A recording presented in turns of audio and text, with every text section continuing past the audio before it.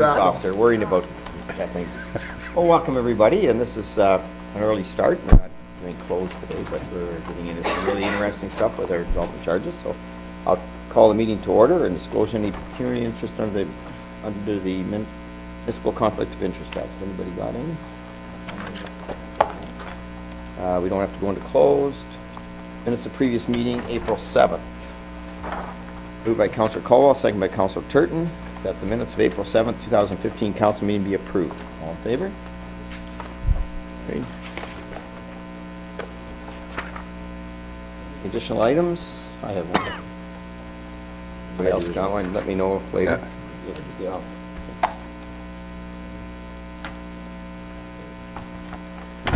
Resolution moving council into committee of the whole. Moved by Councillor Elliott, second by Councillor Dirksen, that the town, it's been a long day, sorry Judy, the town of Minto Council convenes the committee of the whole. All in favor?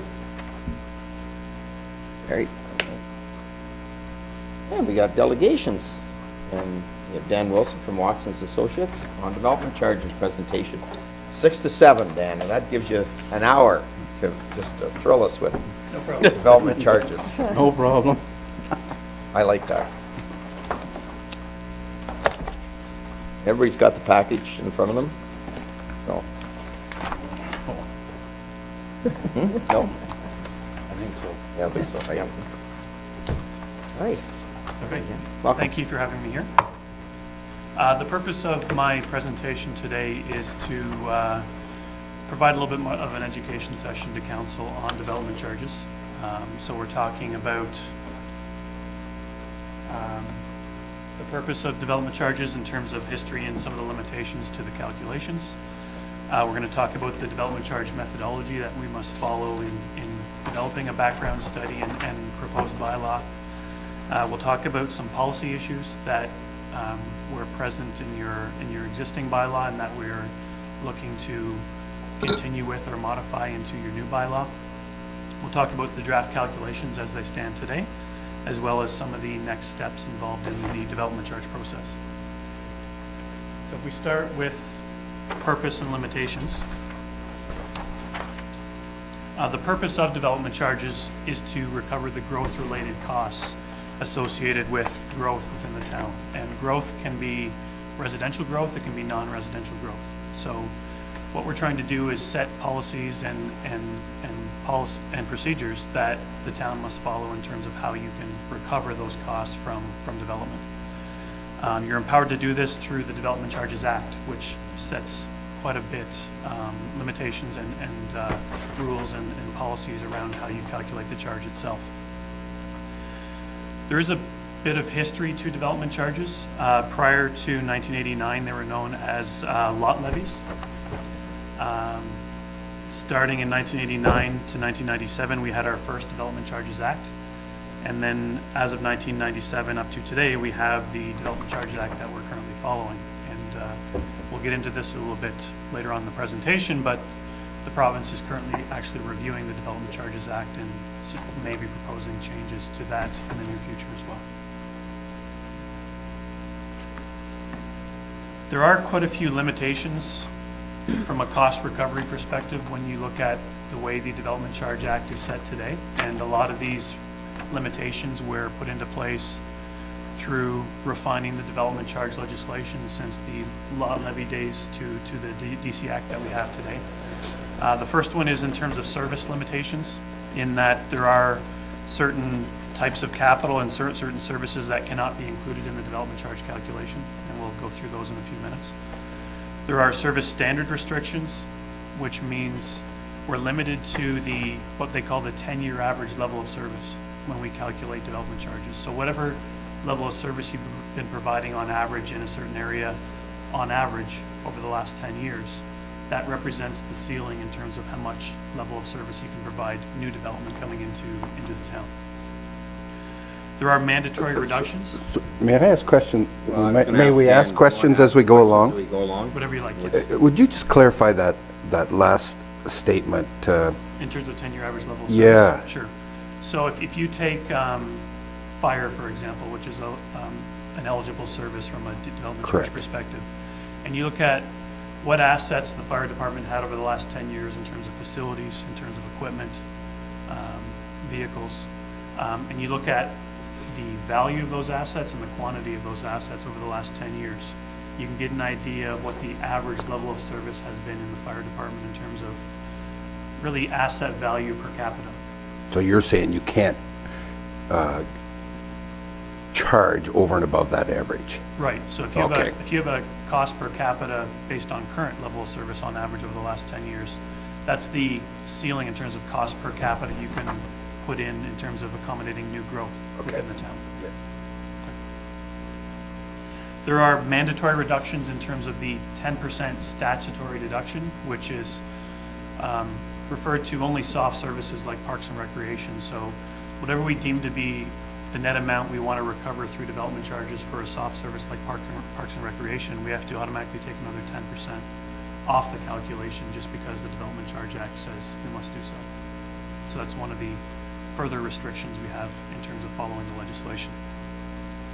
And then there's mandatory exemptions. There's fairly comprehensive mandatory exemptions on industrial expansion. Other levels of government, you can't charge development charges, and we'll go through those in a few minutes in a future slide. But really the bottom line in this slide is that growth isn't really paying for the full cost of growth through the development charge legislation. Even if you charge the full amount of the charge you're able to charge under the calculation, growth isn't paying for growth. It's being somewhat subsidized through other methods of cost recovery. Going into the methodology, this flow chart or this graph shows a high-level perspective of how we calculate development charges, and then we have a bunch of slides in behind that go into each area a little bit more detail. But from a bottom-line perspective, it starts with an estimation of anticipated development. So what do we anticipate in the town in terms of residential growth, non-residential growth over the forecast period? From there, we look at the estimated need for service from a DC perspective, where we look at the various needs by department to accommodate that growth.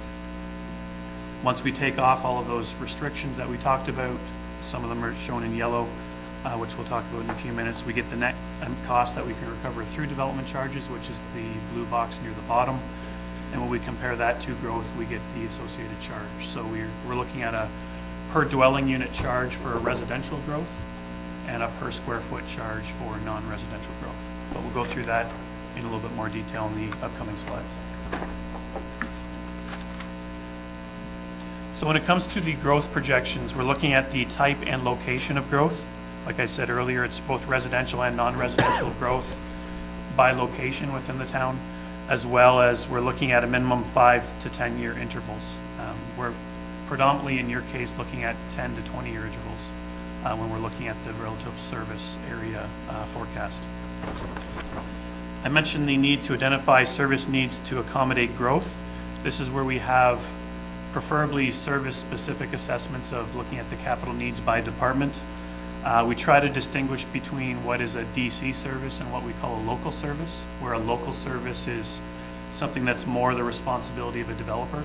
So costs internal to a development are typically a developer's responsibility, and the town would assume those assets after a certain period of time. So those are not really DC eligible costs because they're being paid for by the developer already.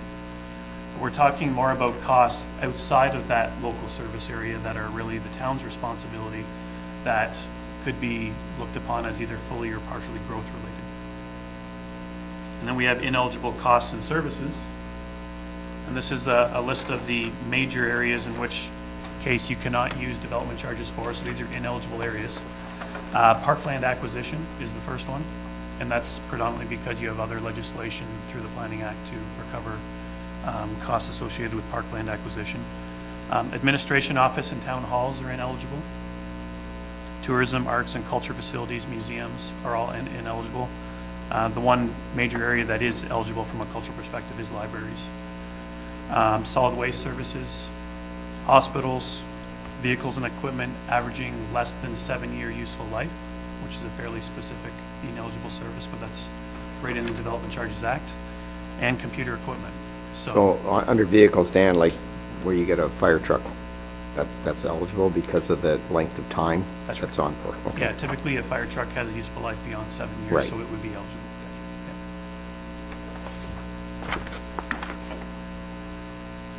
I mentioned when we're doing the assessment, the 10-year average historical level of service calculation. That becomes an important calculation earlier on in the DC process, so we know what that maximum amount is by service area to go into the charge. And with that, what we're looking for are projects that council intends to carry forward with. So whether it's something you've seen in a capital forecast or an alternate report coming forward from staff, these are all projects that have been identified in the past through council, either through a report or the budget process. In terms of identifying capital costs, we prefer that there are project-specific capital costs going into the DC study. So when we had workshops with all of your department staff, we were talking about specific projects that are required to accommodate growth over the 10 or 20-year project interval or forecast. The DC Act does allow you to look at more service-related high-level estimates in terms of capital need, but it's more of a best-case scenario to have project-specific costs, which we will be identifying in your background study. Some of the costs that can go into a capital project from a DC perspective. So any costs associated with land acquisition, as long as it's not parkland acquisition. Capital improvements, acquisitions, leases, construction projects. So those are the general costs associated with constructing or purchasing a capital asset. Rolling stock with a useful life of 7 years or more. Furniture and equipment for eligible services. Interest costs, if you plan on borrowing for a growth-related project, you can pay for the growth share of that project in relation to the interest costs. You can pay for that share of the interest costs. And studies, if you have to do a study that is connected to growth or constructing a growth-related project, you can pay for the growth share of that study through development charges. One thing on the rolling stock, if you don't have a vehicle or a replacement schedule, I know lots of times you expect a piece to last more than 7 years, but it doesn't. Does that then nullify the ability to apply the DC to that? If your policy is that those types of rolling stock have a useful life beyond 7 years, then I think you're okay. You're still okay. Okay. Certain things can happen over the life of an asset, unplanned for events that make a useful life less than 7 years, and this isn't anticipating trying to penalize you for that. Okay. Your typical snowplow or something large that we have over it normally, and if it happens to break down for some reason, it's still all right. So some of the restrictions, we talked about some of these in terms of deducting off the calculation when we're calculating development charges. The first one is uncommitted excess capacity. So to the point where you have existing assets that have the capacity to take on some of the growth, we have to be mindful of that in the calculation. Grants, subsidies, and other contributions. So if you're anticipating using a grant or subsidy for a growth-related project, in some cases we have to proportion the grant so that part of it is paying for the non-growth share of the project and some of it is paying for the growth-related share of the project. Benefit to the existing development is another way of saying what is the non-growth share of the project. So what portion of the project is benefiting the existing community? You can't charge the development community for the portion of the project that's benefiting the existing community. So you have to make the distinction between the growth-related share of the project and the non-growth-related share of the project. The 10% statutory deduction we talked about already.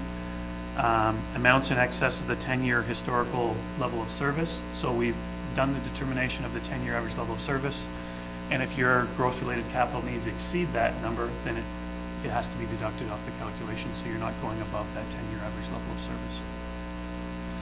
Outstanding DC credits is referring to the situation where some municipalities enter into an agreement with a developer to, in some cases, advance or accelerate the timing of a capital project, and it may be paid for by the developer, and you may enter into an agreement to pay them back through development charge credits.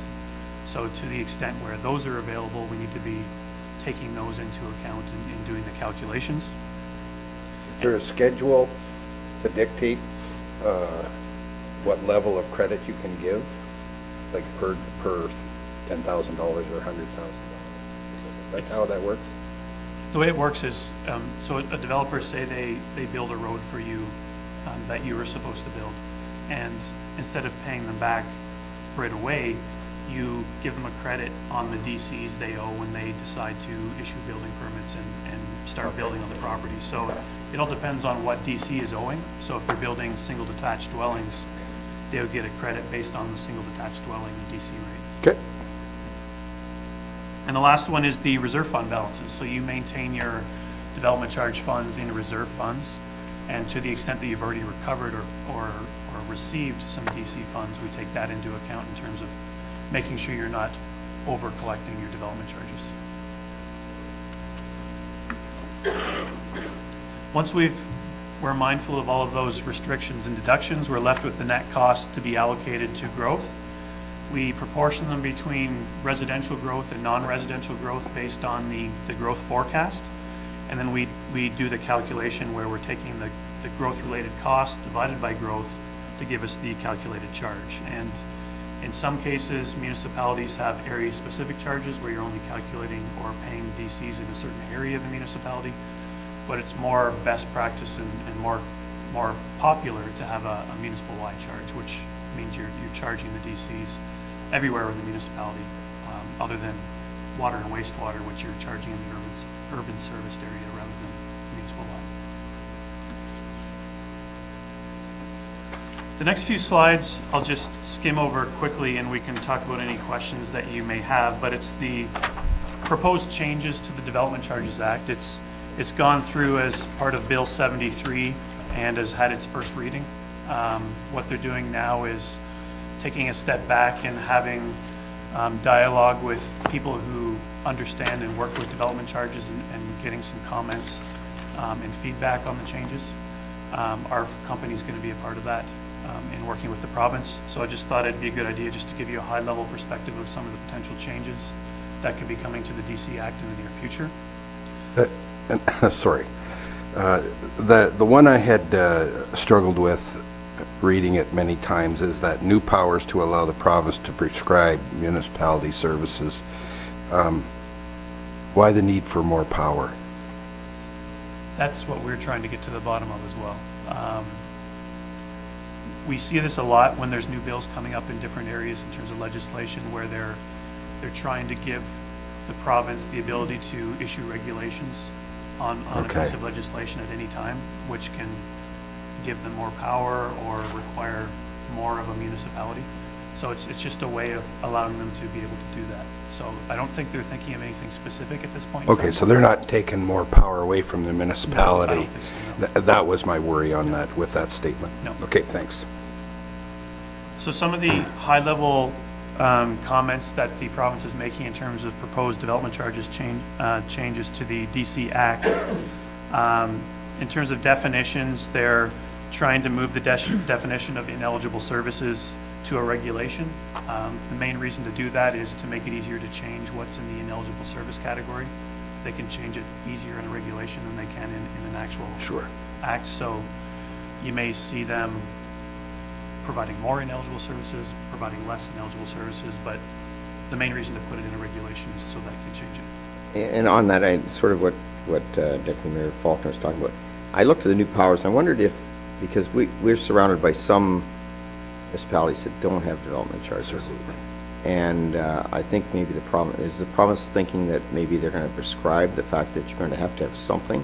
That could be. Because, you know, it goes back to, you got to get something into, we can't keep going to the province and asking for help all the time and, you know, getting this and that, whatever. But we all should be having some development charges because of the need for new development to pay for some of the things that are existing. Exactly. And so I wonder if that was the case, which would help us because we have them and we got surrounding people that don't. Right. And that kind of puts us on fair level playing field sometimes. Yes, and there's others that feel that the province, through Development Charge Act changes, are looking to relax some of the restrictions so that municipalities can recover more from development, which again Which would be all right. would help in terms of Yeah, providing more revenue source to a that's, municipality. that might be a good thing. Yeah, yeah. Okay. And you're involved in that, Dan, your company? Yes. Oh, good. Okay.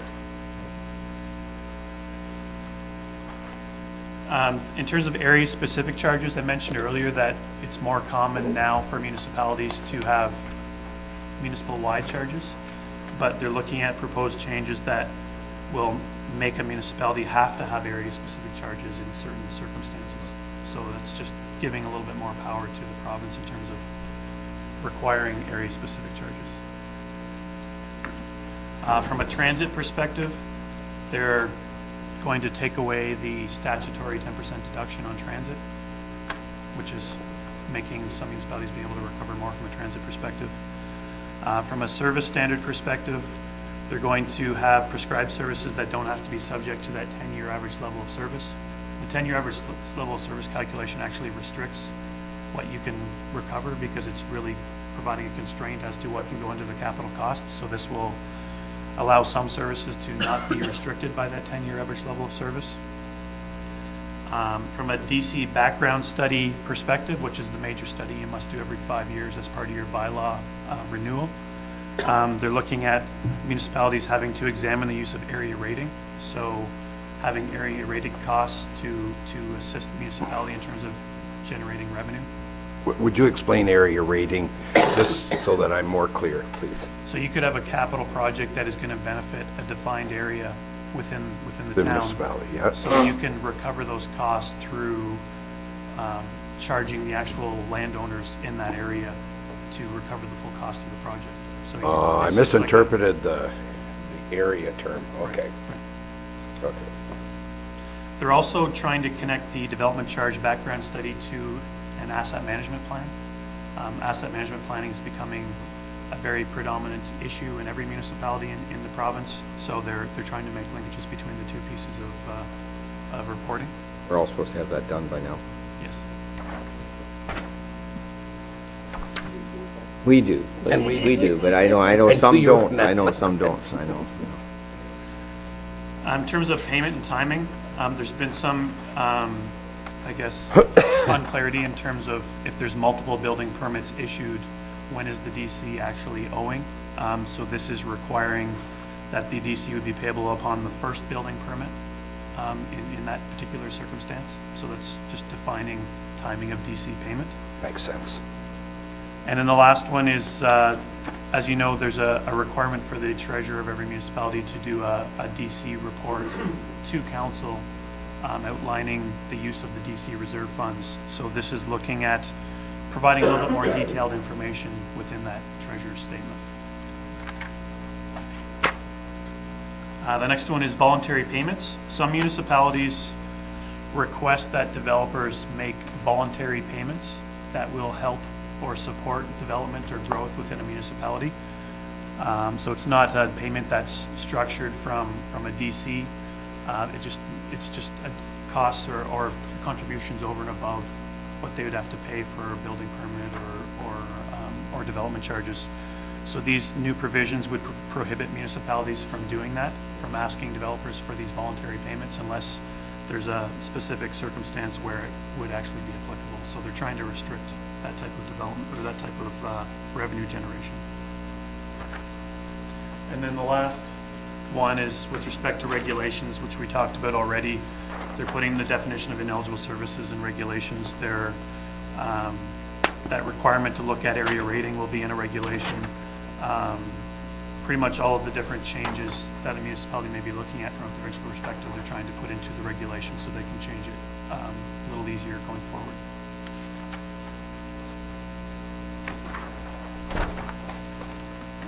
Now some of the policy issues. So these are policy issues that feed right into your bylaw.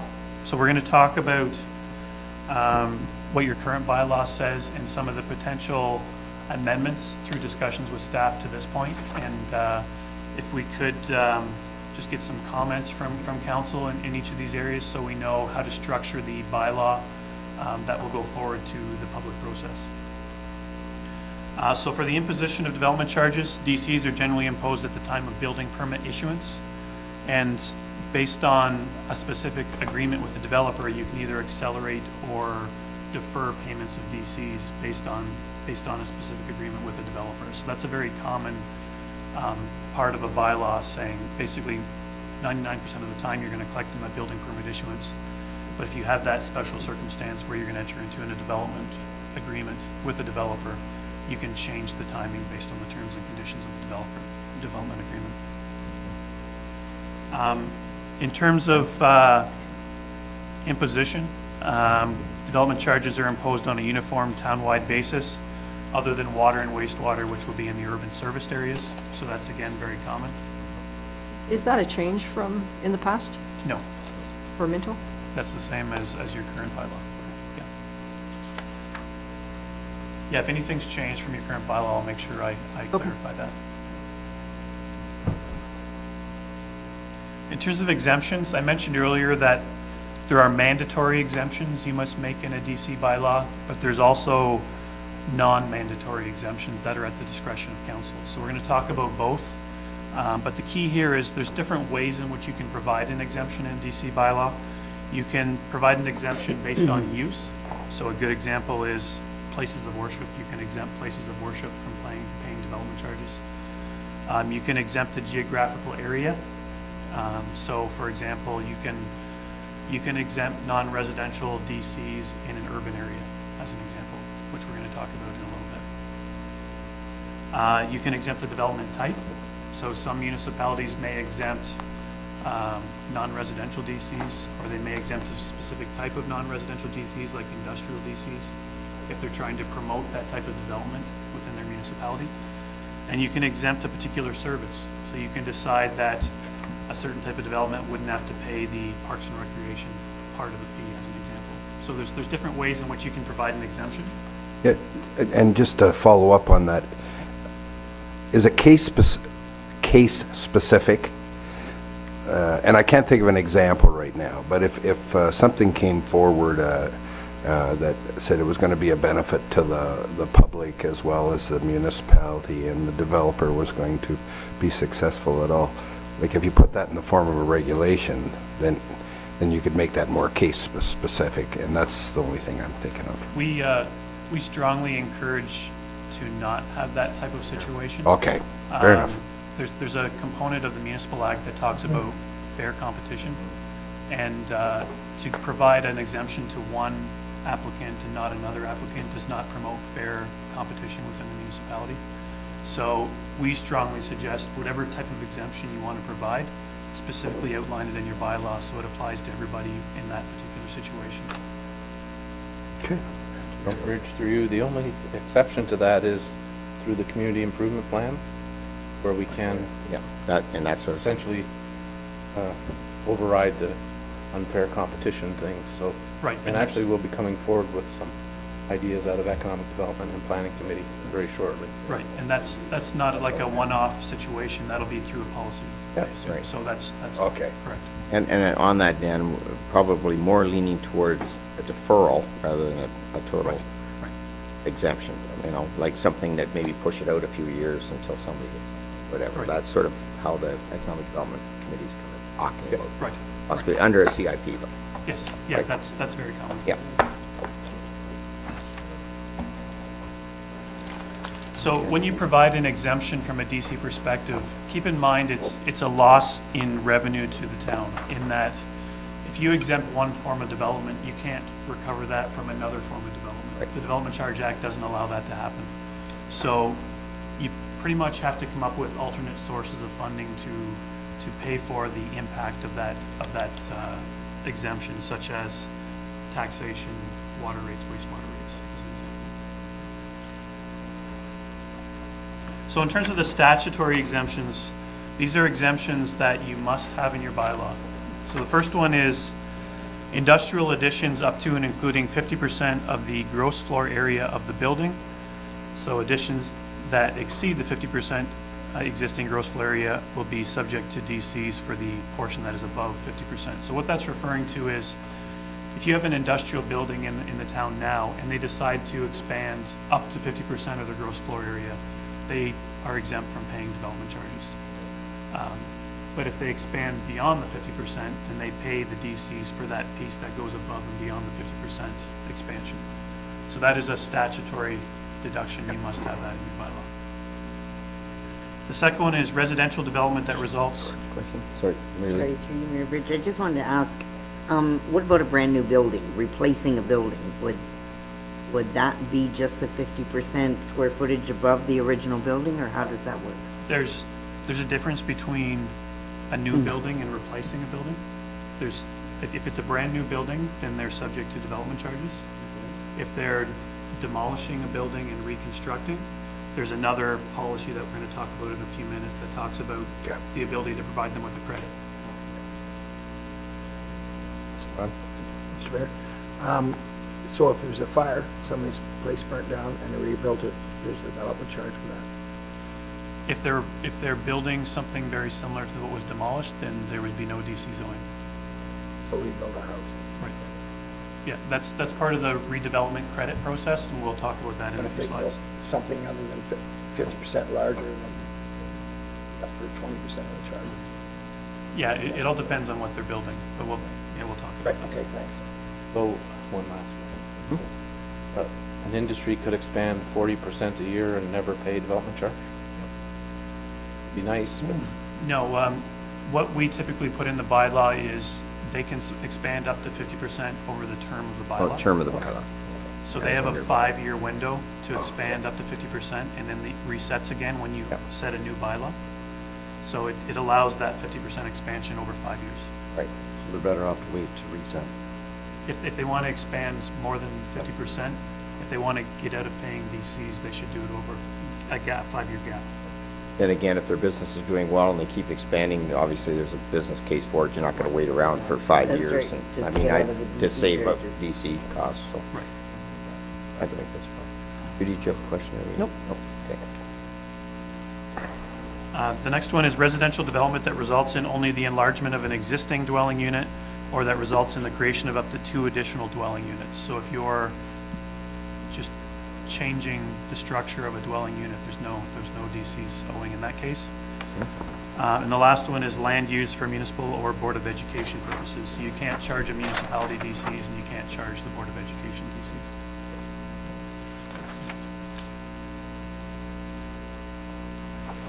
Now for the non-statutory exemptions. So these are exemptions that are at the discretion of council. So we're going to talk about the exemptions that are in your current bylaw, as well as some others that have been discussed at a staff level at this point. So what are in your current bylaw? The first one is a temporary use permitted under Section 39 of the Planning Act. So if you're constructing a structure for temporary use, then it's exempt from paying DCs. The second one is an accessory use building, is exempt from DCs. The third one is a home business. And the last one is a temporary building. So those are the non-statutory exemptions in your current bylaw. Through discussions with staff, I believe that the current intent is to keep them in the existing bylaw unless there's other indications from council. Thank you. Ron and Through then you, Ron. Mayor Bridge, what's our rationale for excluding home business?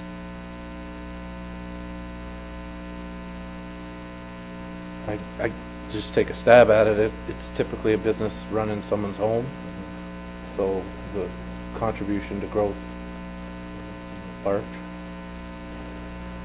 It's already existing houses, existing services are existing. Yeah, no, I understand that, but That's but what if I would we guess. if they operate that home business and decide to put a building on their property to augment that business, is that new building subject to DC? Yes. Oh, it is subject, Well, okay, that I new took it building that would it be. is not, so, okay. No, just the, what's Just the existing. existing Yeah. home business, okay. Ron? Mayor, temporary, what's temporary? Temporary, like a year, 5 years, 3 years, 2 years? I think it's, maybe staff can help me out on this. I think it's defined in the Planning Act what they've referred to as the temporary use. Because we have a clip on that. 3 years? Somebody couldn't build a temporary full-time. Right. That's right. Other potential non-statutory exemptions that we talked about at a staff level through the various workshops for consideration. The first one is bona fide farm operations.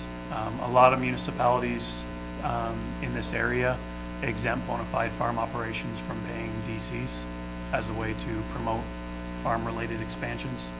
To meet the definition of bona fide farm operation, it has to meet the definition. It can't just be a farmer building something for commercial use. It has to actually be a bona fide farm operation. So that's something for consideration. The second one is places of worship, which again is a very common exemption provided by municipalities in the area. So if any place of worship wanted to expand or build new, in that case, they would be exempt from DCs. And the third one we talked about was downtown core development, classed as C1. So if you wanted to promote development and expansion in your downtown, you could set a specific non-statutory exemption exempting development charges in the downtown core for the C1 designation, and use that in a way to promote that type of development in that area. So those are three that were discussed at a staff level, and looking for some input from council as to whether or not you'd like to see that in the proposed bylaw. Very good. Can I just ask for a clarification of C1? Is it 2 blocks, say if we're looking in Harrison, would it be from the lights to the old Max Milk? Is that the idea of C1 or? Young Street. Main Street? They're right in your main core areas, main streets, right downtown.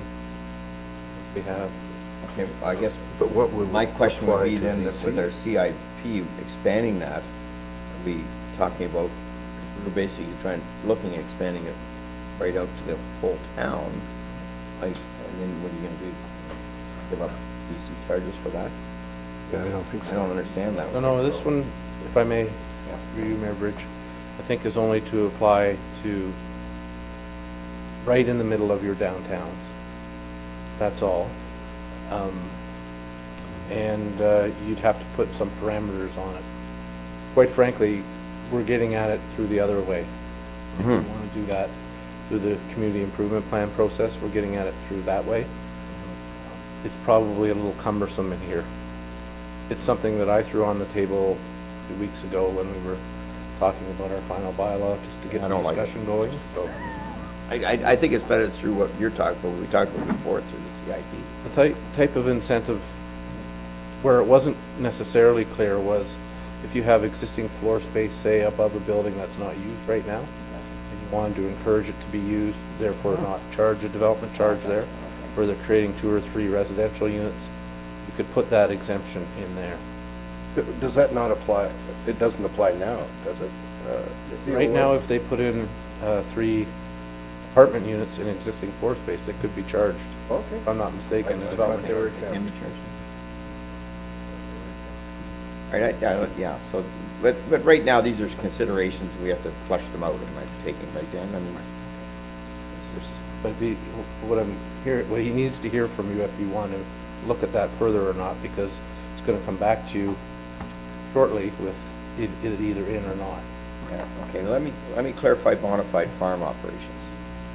So currently, if somebody builds a new dairy barn, we pay DC. Yeah, so what we try Or to not, do I don't is, know, I'm just asking.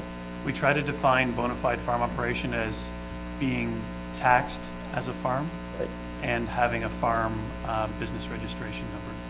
So if you meet those 2 criteria, then you're a bona fide farm operation. And if you're building within that bona fide farm operation and you have this exemption, then you'd be exempt from DCs.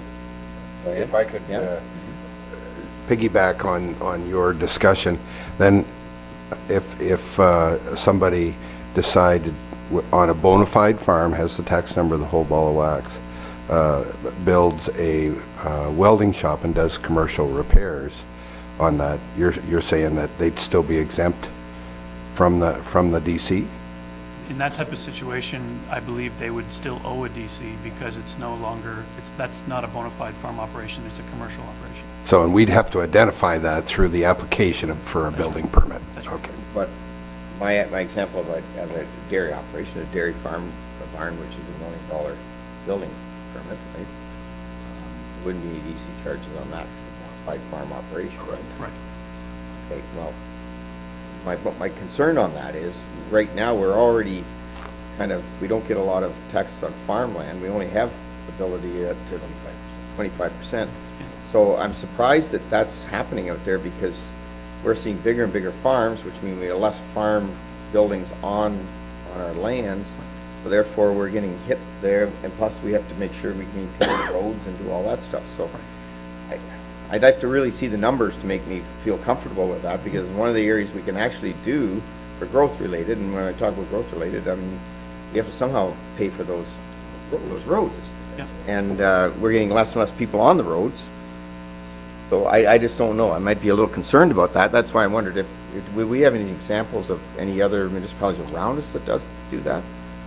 I was at a public meeting in Mapleton last week, and they implemented. I can believe that. Okay. I would suggest most of the barns that are being built are replacement barns. Well, and that at this could be, point, yeah. which then Which there would they not wouldn't be a get it development anyway. charge, right? So I'm not sure that it's happening that much, that there are brand new barns that aren't replacing something. Yeah, you probably do. But anyways, yeah, I know it's a tough spot, but rather than blame the farmers, it's really up until, and I don't know when it was now anymore, Well, mid-90s? Mid-90s, yep. You know, we all know about the change in the. Well, I'm not blaming the farmers. I'm just saying that we're living with the reality No, of today. but at the same time, yeah, it makes it really tough, because if you go by square foot on a farm operation, on those big dairy barns, it's a significant development charge. Okay, first of all, I got a bunch of people here now. I think Dave was next, and then Thanks, Mayor Bridge. it was a tie between Ron and Mary Lou, so. Downtown core development, we're trying to keep development downtown, basically, that's what we're trying to do there. So, the existing building versus an empty lot, say there is, in a couple of our towns, we've got some big buildings that I think we would like to see them, one for sure that would come down. And so how would that, it's already there, we're taking it down because it's old and decrepit. How would that work? You have a redevelopment credit that could be eligible in that case. If you're demolishing a building and then reconstructing within a certain time period, there would be a DC credit that could offset some or all of the DC charge. But it would have to come in the form of a credit. Yes. Okay. You, and then, That was actually oh, exactly the question. you covered? Ron? Sorry. That was, back to the farm. I'd kind of like to talk to our building inspector and have an idea how much revenue that would be away from our reserves that we're going to put in for roads or whatever that we may lose over the last few years, or even if we can look over the last 5 years, see whether there's any value or a substantial loss to that. That would be my concern. If we could look at that first, I think then we can have a better discussion on where we're at, whether the dollars and cents are needed. If they are needed, then we've got to find them somewhere, and that's what development charges are for, to upgrade our roads and upgrade whatever, so we've got to look at that. Fire I think that's important, just at least to find out, and we can make a comparison from then on. Yeah.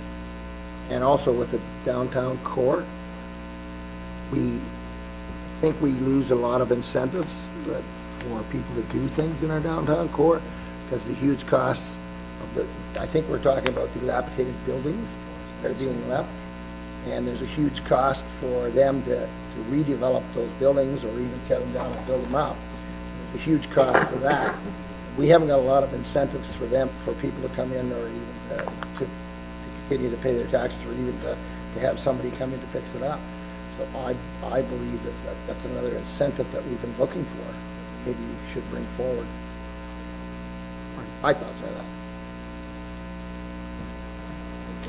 Move on. Killed that one. Worked it over. Food for thought.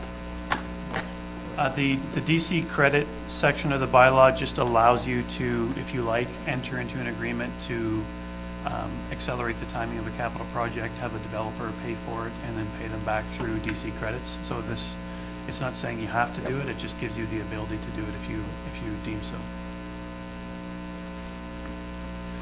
Redevelopment credits is something we've sort of discussed a little bit in some of your examples already.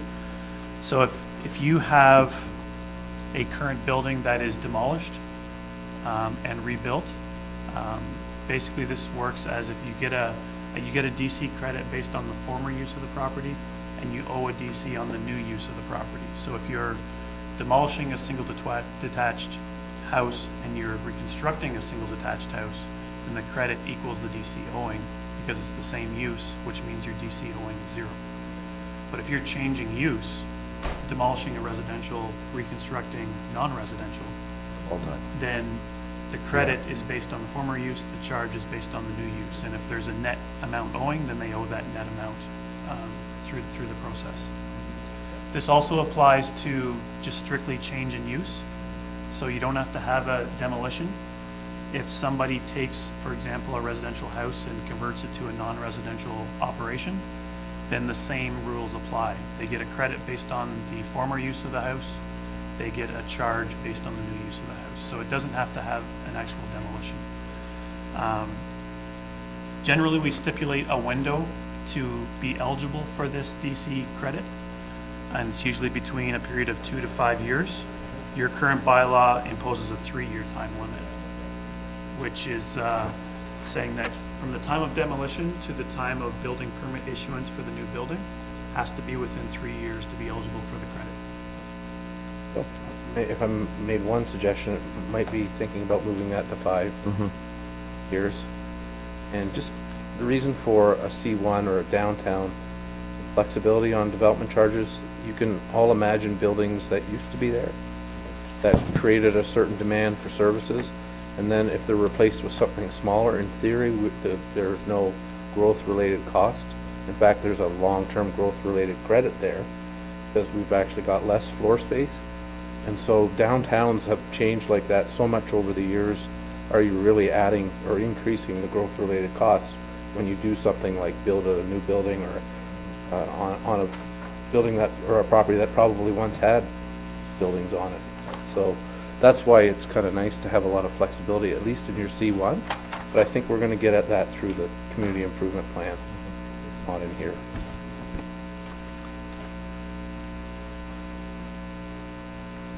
The next section is indexing.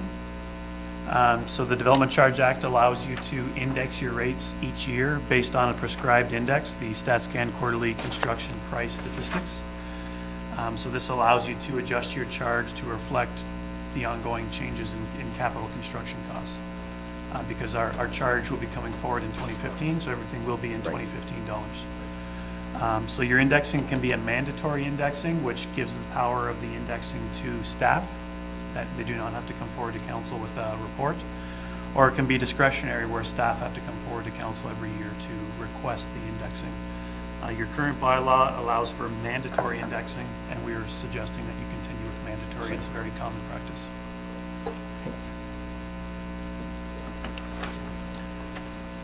The next two are fairly hot topics, especially in the area. Yeah, you had fun in Mapleton with that one. Yes. A lot of municipalities are putting in charges for wind turbines and solar panels. Yep. From a wind turbine perspective, the common practice is to treat them very similar to a single detached unit, but only charge them for the charges, the services that are more applicable to like a wind turbine development rather than a single detached dwelling unit. So typically you would look at the costs associated with transportation, which is your roads, fire protection, and administration as being the primary services that are required for a wind turbine operation. You wouldn't charge them for something like parks and recreation, just given that it's not really an applicable charge to a wind turbine operation.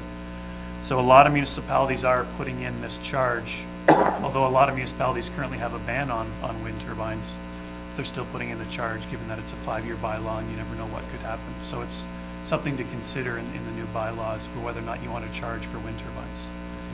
The same thing for solar panels, only we're treating it more like a non-residential charge. So what is the square footage of the panel area, and calculate a cost per square foot, but again, based on the same services. So your roads, transportation, your fire protection, and your administration services. But it's something that's become very common in municipalities that are facing development in the area of wind turbines and solar panels. Thank you. So I find the fire protection services interesting because I believe last fall we heard that at this point in time anyways, our fire department doesn't provide any protection services for solar panels. Correct. Have you heard that in Drew? So I'm assuming that's still the case, so I don't know how we would charge anyone with solar panels a fire protection charge on their development charges.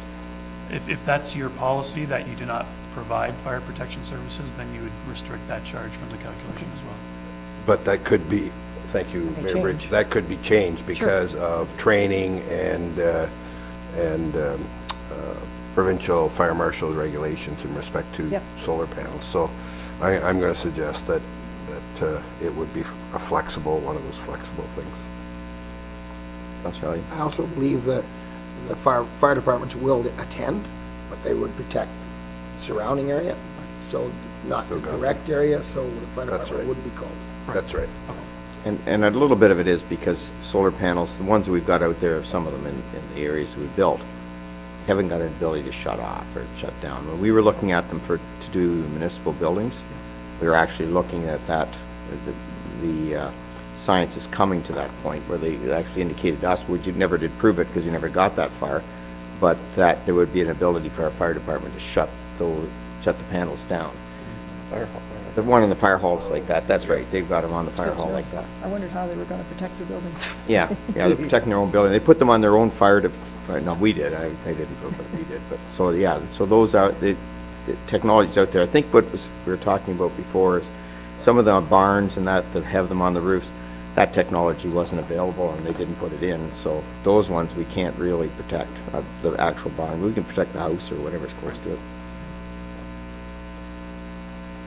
I was just gonna ask, though, this is solar panels only, not freestanding units for solar. It's the square footage of panel space. Just So panel. it doesn't matter if it's Oh. on a building or a freestanding unit, it's based on the square footage of the panel Okay. space. So if it's in the middle of a field, though, in a freestanding unit, what type of fire protection service would they require? Crop around. Like You get a grass fire going or something. grass Fire into fire, the bush, into the house. wheat in the Done. summertime, it catches fire, boy, that's quite a fire. So this would be for any new additions to, Correct. not current. Right. No, it makes sense to put it in, why you wouldn't. Yeah. Sure. Everybody else's. So now going into the draft calculations as they stand today.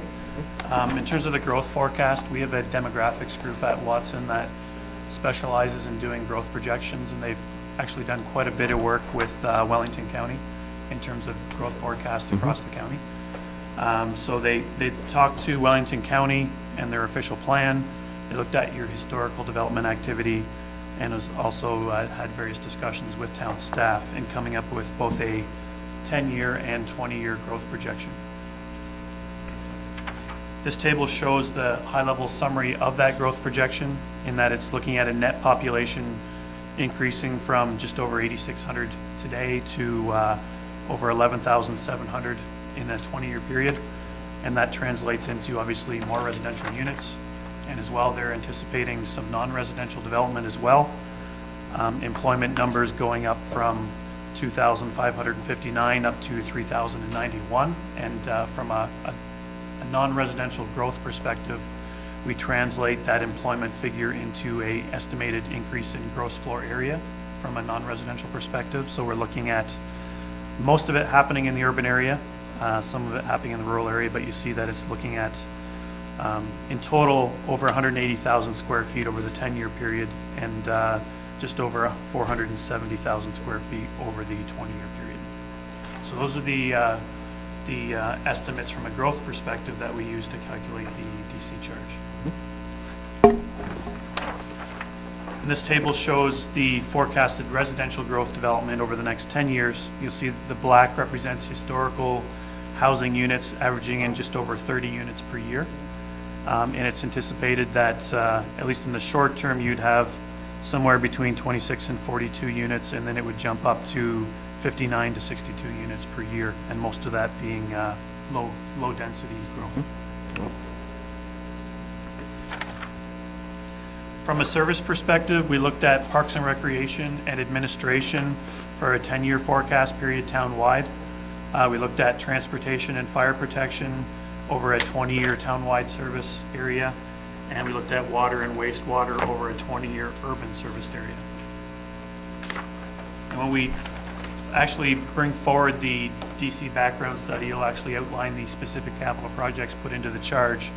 But right now, we've brought forward approximately $12.75 million in capital projects to go into the DC study. Roughly 52% is considered growth related. Most of the remaining amount is considered benefit to the existing community, with a minor amount representing grants or a statutory deduction.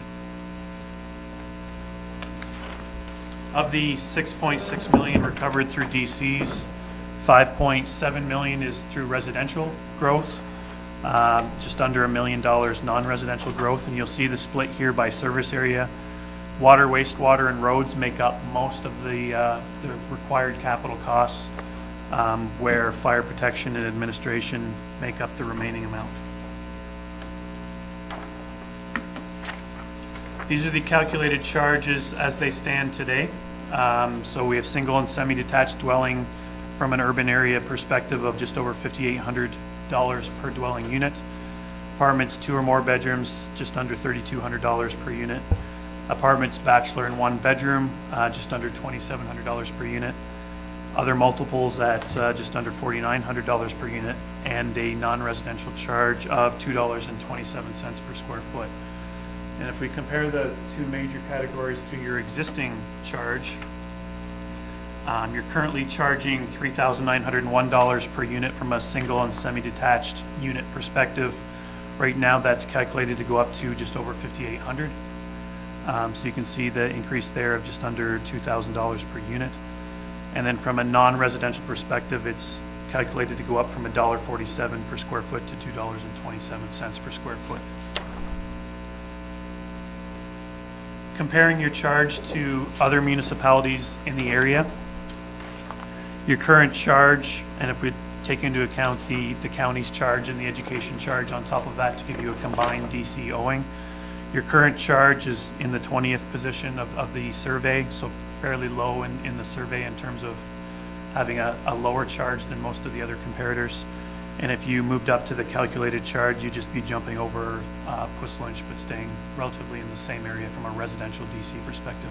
And that's provided Puss Lynch doesn't change theirs. Puss Lynch just changed I theirs think I was just last gonna say year. they just Oh, changed their okay, charge. okay. I asked the mayor today. And you'll see in here, we have both Mapleton and Southgate showing as proposed, but as of late last week, those were confirmed, so those numbers are actual calculated DCs as of this point. Next one is commercial DCs. So you're currently in the 20th spot again, moving up to 18th spot, jumping over Puss Lynch again from a commercial perspective. And then industrial, going from 19th spot up to 16th spot, so jumping over Puss Lynch and Meaford in this case. So in all three cases, though, your DCs are considered on the lower end of the survey. So if you're looking from a competitive point of view, even if you were to go with the calculated rates, which is an increase over your existing rates, you'd still be in the lower end of the charge from a comparative point of view. Dan, just, for instance, Meaford Yes, has no upper tier, so they're totally independent. that's right. And so they put their development charge at one level. That's right. So they're a little bit different from you in that they don't have the upper tier charge. Same with the city of Guelph. That's right. That's right. Councilor Elliott? Eric? If, this, maybe you don't have your opinion, and you've been around probably doing this for a while, do you find that towns do lose economic growth. If somebody will go to another community that has a lower developmental charge than what you would in our community, and lowering the developmental charge makes it more attractive for them to come here, or does it make any difference at all? It really depends on the municipality. I've seen municipalities that have implemented, for example, a full non-residential exemption. And over the 5-year term of the bylaw, they didn't see any advancement or any improvement from a non-residential growth perspective. So I think it really depends on what else are you doing to promote development within your municipality? So what do you have in terms of economic development policies? Do you have a CIP plan in place? So I wouldn't necessarily say it's dependent on what you charge from a DC perspective. It's more the total incentive package you provide to development. That would be my opinion. And I agree with you 100% there, Dan. It's basically your overall package. Yeah. It's your quality of life and all the other things that, I mean, trying to fix one thing with one shot doesn't work. It's a market, it's how you do it. I was just going to make the comment that while these ranking charts are of interest, you know, a lot of these municipalities aren't municipalities that we actually compete with for development. So, you know, it'd be interesting to see what North Perth, for instance, how their numbers work out. Interesting to see how Howick works out. You know, maybe something north of here. Yeah, West Grey. I'd ask Bill to get West Grey and North Perth because those are two big competitors. Howick's a little tough because I know they're a little different situation, but you know, Wellington North is probably a good comparator to ours, but Mapleton. and Mapleton, but like I said, the rest of them are just kind of interesting. I can definitely add in the new municipalities when we get That'd to be the great. public meeting. Yeah. And if there's any you would like removed, just let me know and I can take them off. Well, they can stay, but as long as they fit in the page, they can stay. Okay. In terms of next steps, the development charge background study is to be made available to council and the public 14 days before the public meeting. So we must have that report issued and made available to the public by May 5th. The statutory public meeting is set for May 19th at 7 p.m. Notice of the public meeting is to be advertised by April 28th. Council adoption of the DC background study and bylaw is currently suggested for June 2nd. And then you were to make a DC pamphlet available 60 days after that to provide information on the DC rates. So that's where we are as of right now in the process. Great. So that concludes my presentation. I'd be happy to take any further questions. Otherwise, go ahead. My only question is in the timing of this. We talked earlier about some of the issues that we're not totally ready to give our opinions on yet. So does that move the timing? What does that do to the timing until we get some answers or feel comfortable in giving you direction? I guess my first comment would be that from a timing perspective, you have to get a new bylaw in place before your current bylaw expires, or you can't charge DCs. Charge at all. So Which concerns, I mean, when we're talking about exemptions? Exactly. Well, we have some time, like, go ahead, Joe. Can't really change the timelines, but between now and the public meeting, we could come back with more information for you and probably get your direction on whether those things are not, should or should not be in the bylaw. You still have to hear from the public anyway, so Before we actually change it? before you adopt it. Right. So As long we as you still adopt could, by June after the 2nd. 28th public meeting, Yeah, change it one way or the other. yeah, and I think everybody wanted to just have a bit more information on some of those, just how much that affect us on a Dollar value. Like Judy had a good example, is are most of the barns being just replaced, or are they new barns? And I don't know those answers, so until we go in. Belinda, I believe you wanted to talk about that. That's right. Right, and we have all our sectors covered there too, so that'll give us a good input as well from our sectors. And what was also mentioned is you can still change your bylaw and background study after the public meeting. It Right. just means issuing an addendum to the study. So we have, So from the time from the public meeting to bylaw passage, we can still make tweaks if we have to. does that satisfy everybody? Yep, thank you. Thank you. And I guess now you're still on. You have to like change hats here or something, or a different suit or something to go into water, or are you I just gonna go? can take off my jacket, so if I, No, that's all right, whatever you feel comfortable Let's with. put on a snorkel. Okay, now we're on water.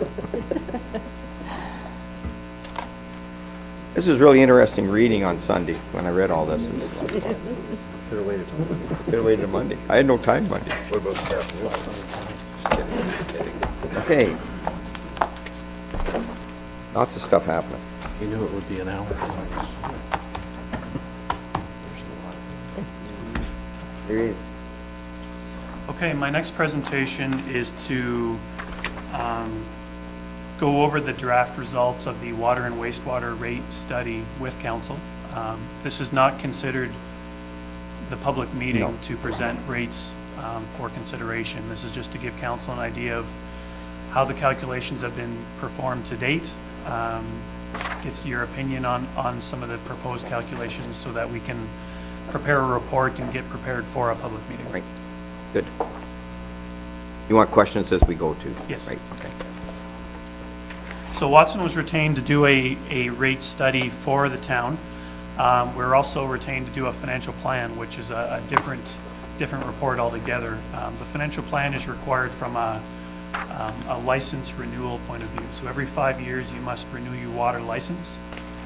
It's due to, the renewal application is due to the province, I believe, at the end of the year, or in January 2016.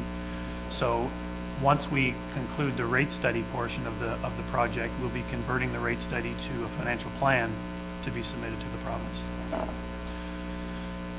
So part of the rate study objectives is to look at customers. So what customer levels do we anticipate within the town over a projected 10-year forecast period?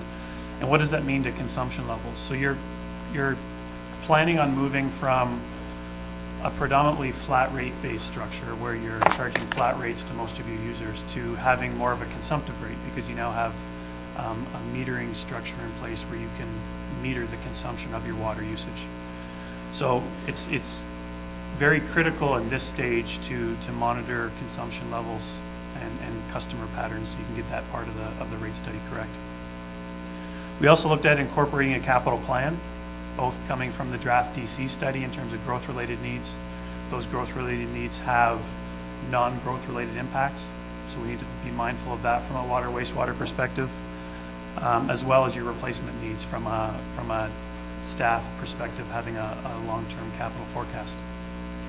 We looked at an operating forecast, so we started with your 2015 water and wastewater budget and projected forward over the 10-year forecast. And we developed rates. We have a few different scenarios we've calculated to date in terms of different ways in which you could recover the required revenue to pay for your water and wastewater costs. And then from there we prepare the financial plan.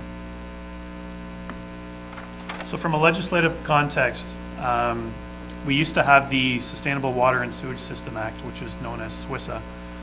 It was put in place in 2002 and really focused in on full cost recovery rates from a water and wastewater perspective. It was repealed in December 2012, so we no longer have that piece of legislation, but we still have the Safe Drinking Water Act. That outlines the municipal drinking water licensing program requirements, along with the requirements to have the water financial plan submitted to the province every 5 years. So that's coming from the Safe Drinking Water Act. As well, we now have the Water Opportunities Act, which is a new piece of legislation intended to replace SWISA in terms of requiring full cost recovery rates, but we're still waiting on regulations on the Water Opportunities Act. So we have the legislation, we're just waiting for the actual requirements. This is the study methodology flowchart in calculating water and wastewater rates. So the three major components of a rate study is looking at the consumption forecast, looking at the operating forecast, and looking at the capital forecast. There's a number of pieces of information that drive those areas. From a capital perspective, you can have legislative requirements, you can have local issues, health and safety issues, technical innovations, growth-related needs. They all feed into determining what your capital forecast is. And obviously then you have to look at various financing options and how you're going to pay for your capital program. From an operating perspective, you have to look at not only inflationary adjustments, but you may have increase in operating needs due to new assets coming onto the system. I mentioned the consumption forecast. It becomes very important in this calculation that you're moving from a flat rate structure to a more consumptive rate structure as well. This is your current rate structure. So as I mentioned earlier, most of your customers, or a lot of your customers, are currently on a flat monthly rate, which you'll see at the top of the screen from a water and a wastewater perspective. You do have some that are charged currently based on metered consumption, which has both a base charge and a volume charge per cubic meter, which is a very common approach to having a consumptive charge on a metered system. And then you have a per unit charge for multi-unit residential properties. In terms of a customer profile, so this is a profile based on the number of meters and the respective number of units to be in place at the time that you convert over to a consumptive rate, using your metered numbers to calculate consumptive numbers and use it to actually calculate a charge. So you see we have it broken down between Palmerston, Hairston, Clifford, and Minto Pines, totaling roughly 2,204 meters, but representing 2,565 units. So you have, in some cases, 1 meter representing multiple units.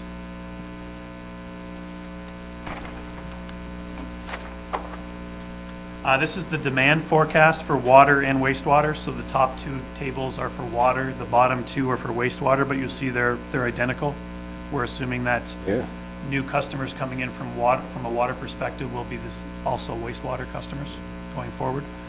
So you see that we're doing this based on the number of units or customers on the top table, where we're anticipating the number of customers to go from 2,565 currently up to just over 3,000 customers by 2024. So that's looking at the growth projections that we just finished talking about from a DC perspective. So we look at how much of that growth is considered to be in the urban areas, and then show that as a reflection of new customers coming onto the system.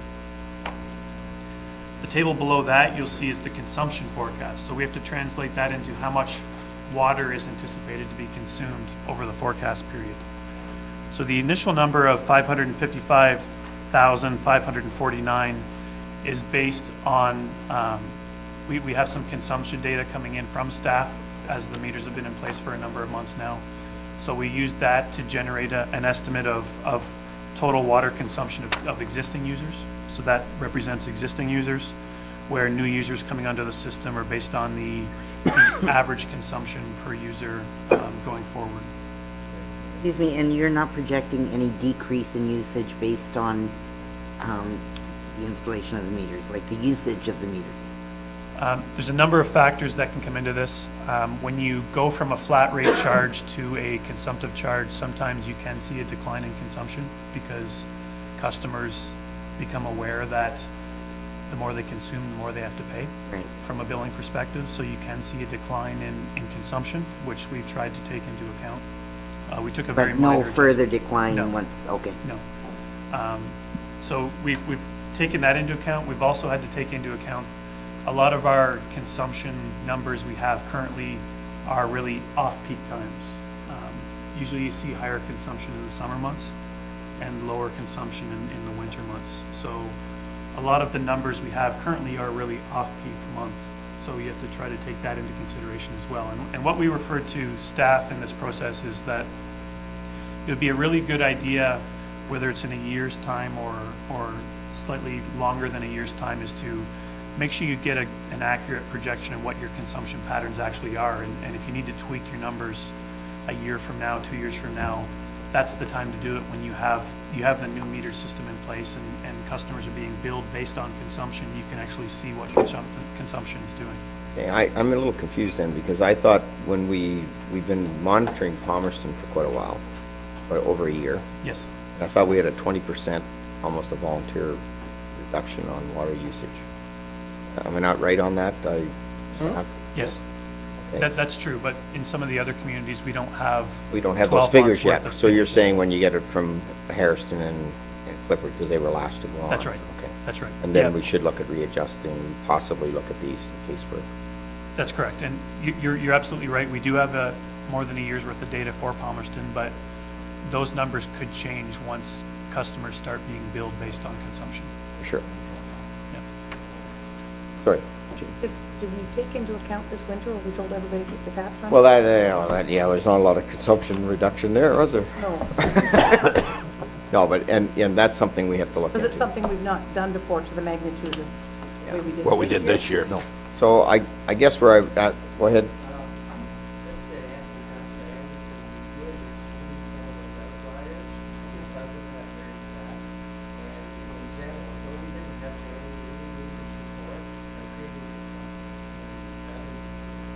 Right, I was gonna say, Oh, okay. yeah, so we're basing it on that, not necessarily additional reduction. That's So, right. it works both ways, because if you reduce your consumption, then you gotta add your delivery charge somewhere, because it has to work out, so it's a balancing act anyway.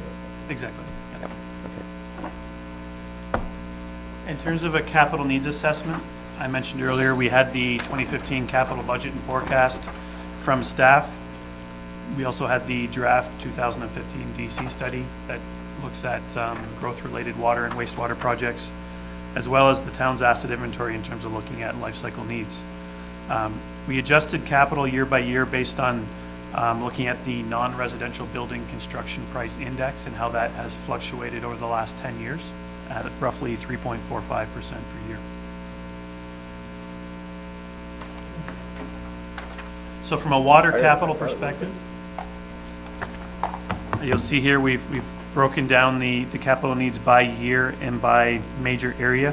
So we have the communities identified separately, as well as the growth-related needs, and then other general water system-related needs.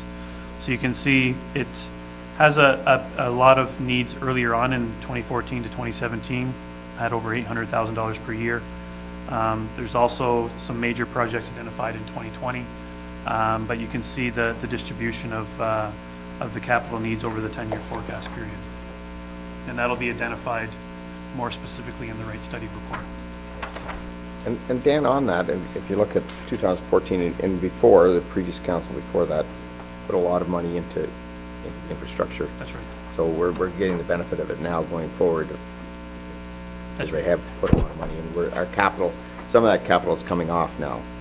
Our debt's going down over the period of time. That's right. Yep. And the next one is for wastewater. So again, we have all the communities shown separately. There are some spikes in 2017 and 2020 due to growth-related needs, but generally there's just a few higher years and then generally lower years going from 2018 forward to 2024. What would affect that growth-related? Like, for instance, in 2020, it really spikes. Both areas. Specific projects. Yeah, Yeah, there's it's specific just simple projects? It's a specific Specific project. in our capital plan. Yeah, okay, that's fair. Yeah. I thought there was a specific thing that would have made that spike. From, I can identify whatever projects council wish to talk about, but we'll make sure they're all specifically outlined in the rate study report. Okay, thank you. From a capital financing perspective, so there's $9.1 million in needs over the 10-year forecast for water, $16.6 million for wastewater. You'll see there's no grants identified over the forecast period. We have some money being recovered through development charges representing the growth-related share. We also have, if you look a few lines down, growth-related debenture requirements. So that is also growth-related needs, but given the growth, anticipated that cash affect that. flow of DCs, it's anticipated that debt would be required and then recovered through development charges. There's also other non-growth related debt of $2.1 million for water, $1.7 million for wastewater, but the predominant funding source here is to make sure that there's enough money in reserves to fund the majority of the capital works. And that, just to explain, that's what we put in every year on our rates. Those reserves are being built into that so that we have the ability to do these projects. That's right. When people come to me and say, how come our water rates are higher or lower, that's why, basically, filling that reserve base, which is a government mandated somewhat, although under the new rules, they haven't passed it yet, right? We're waiting for the regulations. But it's gonna happen. It's Let's face likely it, gonna it's gonna happen. happen, yeah. From an operating perspective, we used the 2015 operating budget as the basis, and then we inflated based on the average construction price index over the last 10 years, which was 1.87% per year. We also incorporated in building up your transfers to capital reserves so you can pay for your capital needs over not only the upcoming 10-year period, but beyond that over the life cycle of your assets. So you do have $383 million worth of water and wastewater assets, so it's important to make sure you have the funds to properly maintain and rehabilitate. Wow, It's too bad we can't sell them to anybody, though. Just lease them back. 60%. 60% of it are on Hydro One. This table shows the operating forecast from a graph perspective. Green representing your operating cost going up at inflation over the forecast period. Red representing your debt-related costs, and your green represents your transfer to reserve, or your blue represents your transfers to your reserves.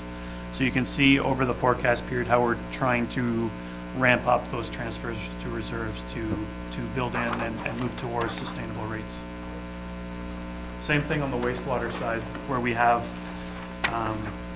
again, operating costs, debt-related costs, and transfers to reserves. And we're showing the increase in operating costs over time, but we're trying to ramp up the transfers to reserves over the forecast period.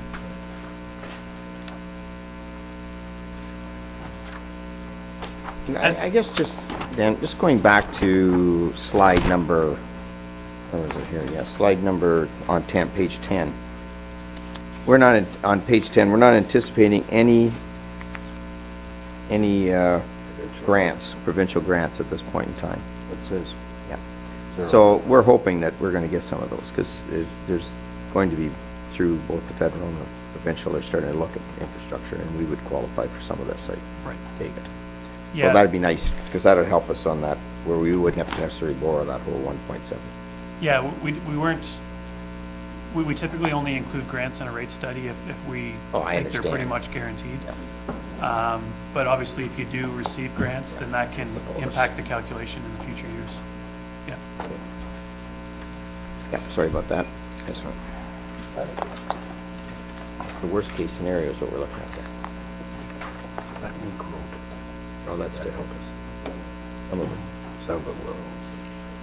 So, as I mentioned earlier, you're moving from having a predominantly flat rate structure to having a more consumptive-based structure.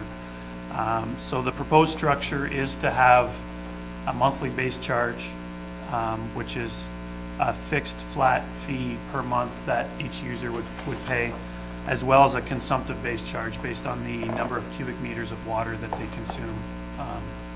And billing would still occur bi-monthly as it does today. We did two different scenarios. Scenario one would be a constant consumptive rate for all customers, and scenario two is called a decreasing block rate. So just to explain the difference between the two, your current rate structure is one that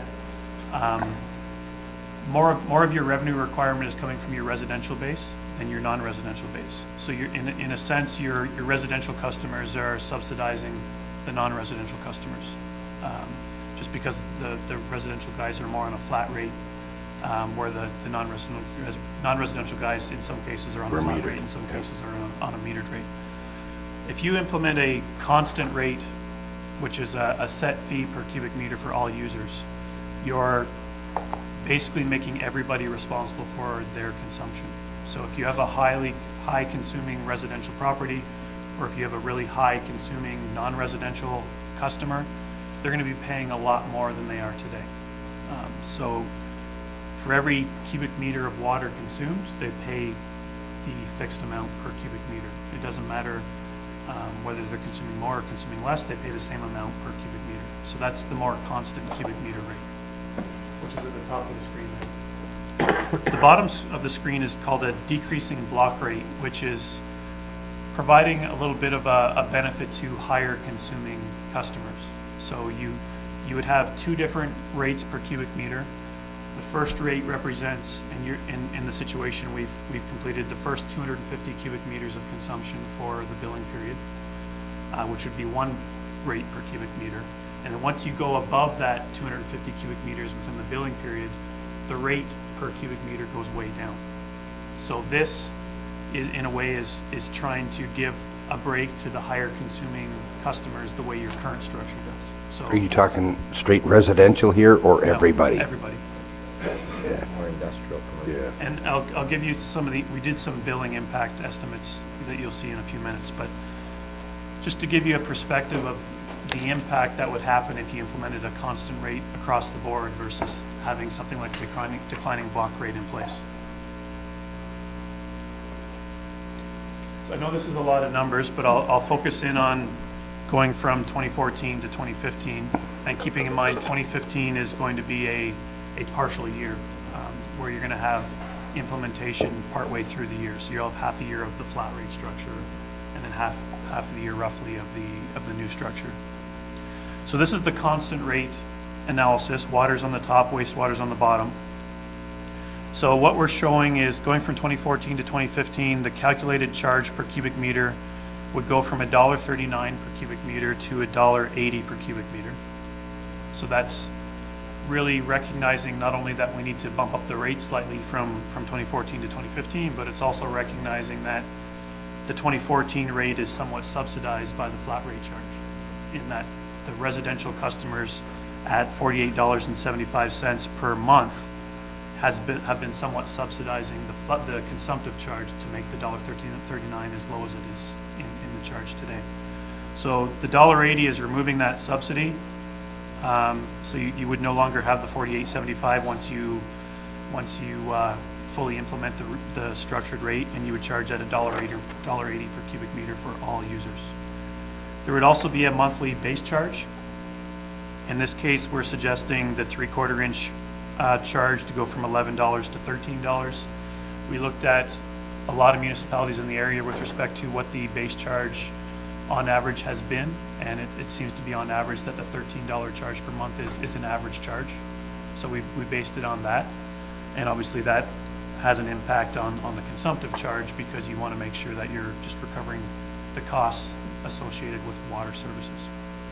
From a wastewater perspective, the same type of thing, going from $1.74 per cubic meter up to $2.60 per cubic meter, and the base charge going from $11 to $13, and then we have larger increases for the higher meters, recognizing that the higher the meter, the more cost associated with maintaining that customer.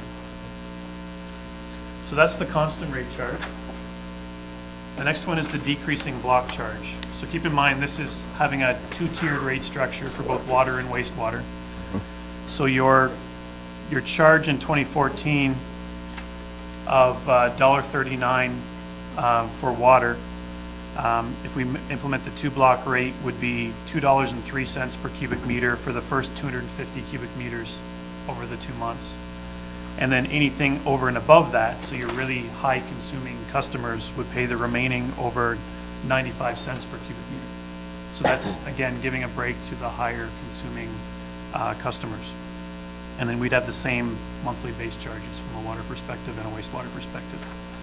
On the wastewater side, the two categories would be $2.93 per cubic meter for the first 250 cubic meters, and then it would go down to $1.40 per cubic meter thereafter.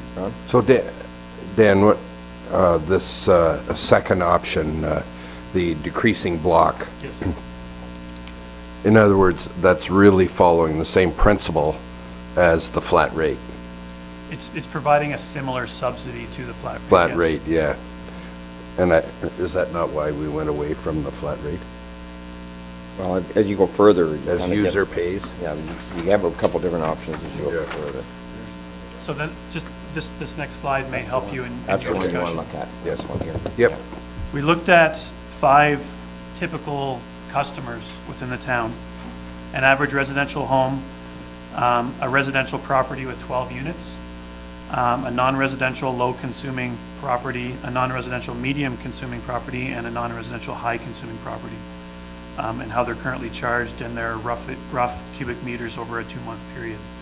So if we look at your 2014 equivalent bill, so your $212.50 per 2 months for an average residential home would go up slightly to $2.13 and $213.33 under the constant rate, and then it would go up a little bit more going to the declining block rate, because that's where you're adding on the subsidy, where the residential people are paying more of the charge.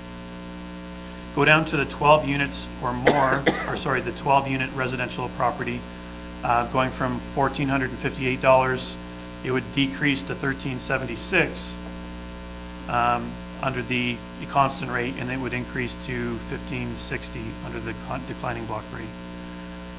Lower consumption non-residential, go from $295 over the 2 months. It would go down to $190 just because it's a lower consuming customer under the constant rate, but it would go up to $204 under declining block, again, because of the partial subsidy. Medium consuming would go from $877. It would go up to $1,246 under the constant rate, and then it would go up even further under the declining block rate to $1,355. But the big impact here is the high consuming non-residential would go from just under 11,000. It would go up to over 15,000 over the 2 months under the constant rate, because you're charging them the break-even cost per cubic meter for every single cubic meter they consume. So you'd see fairly large, over 50% increase in their bill over the 2-month period, where under the declining block rate you'll see a decline in the bill, where you're showing the subsidy there.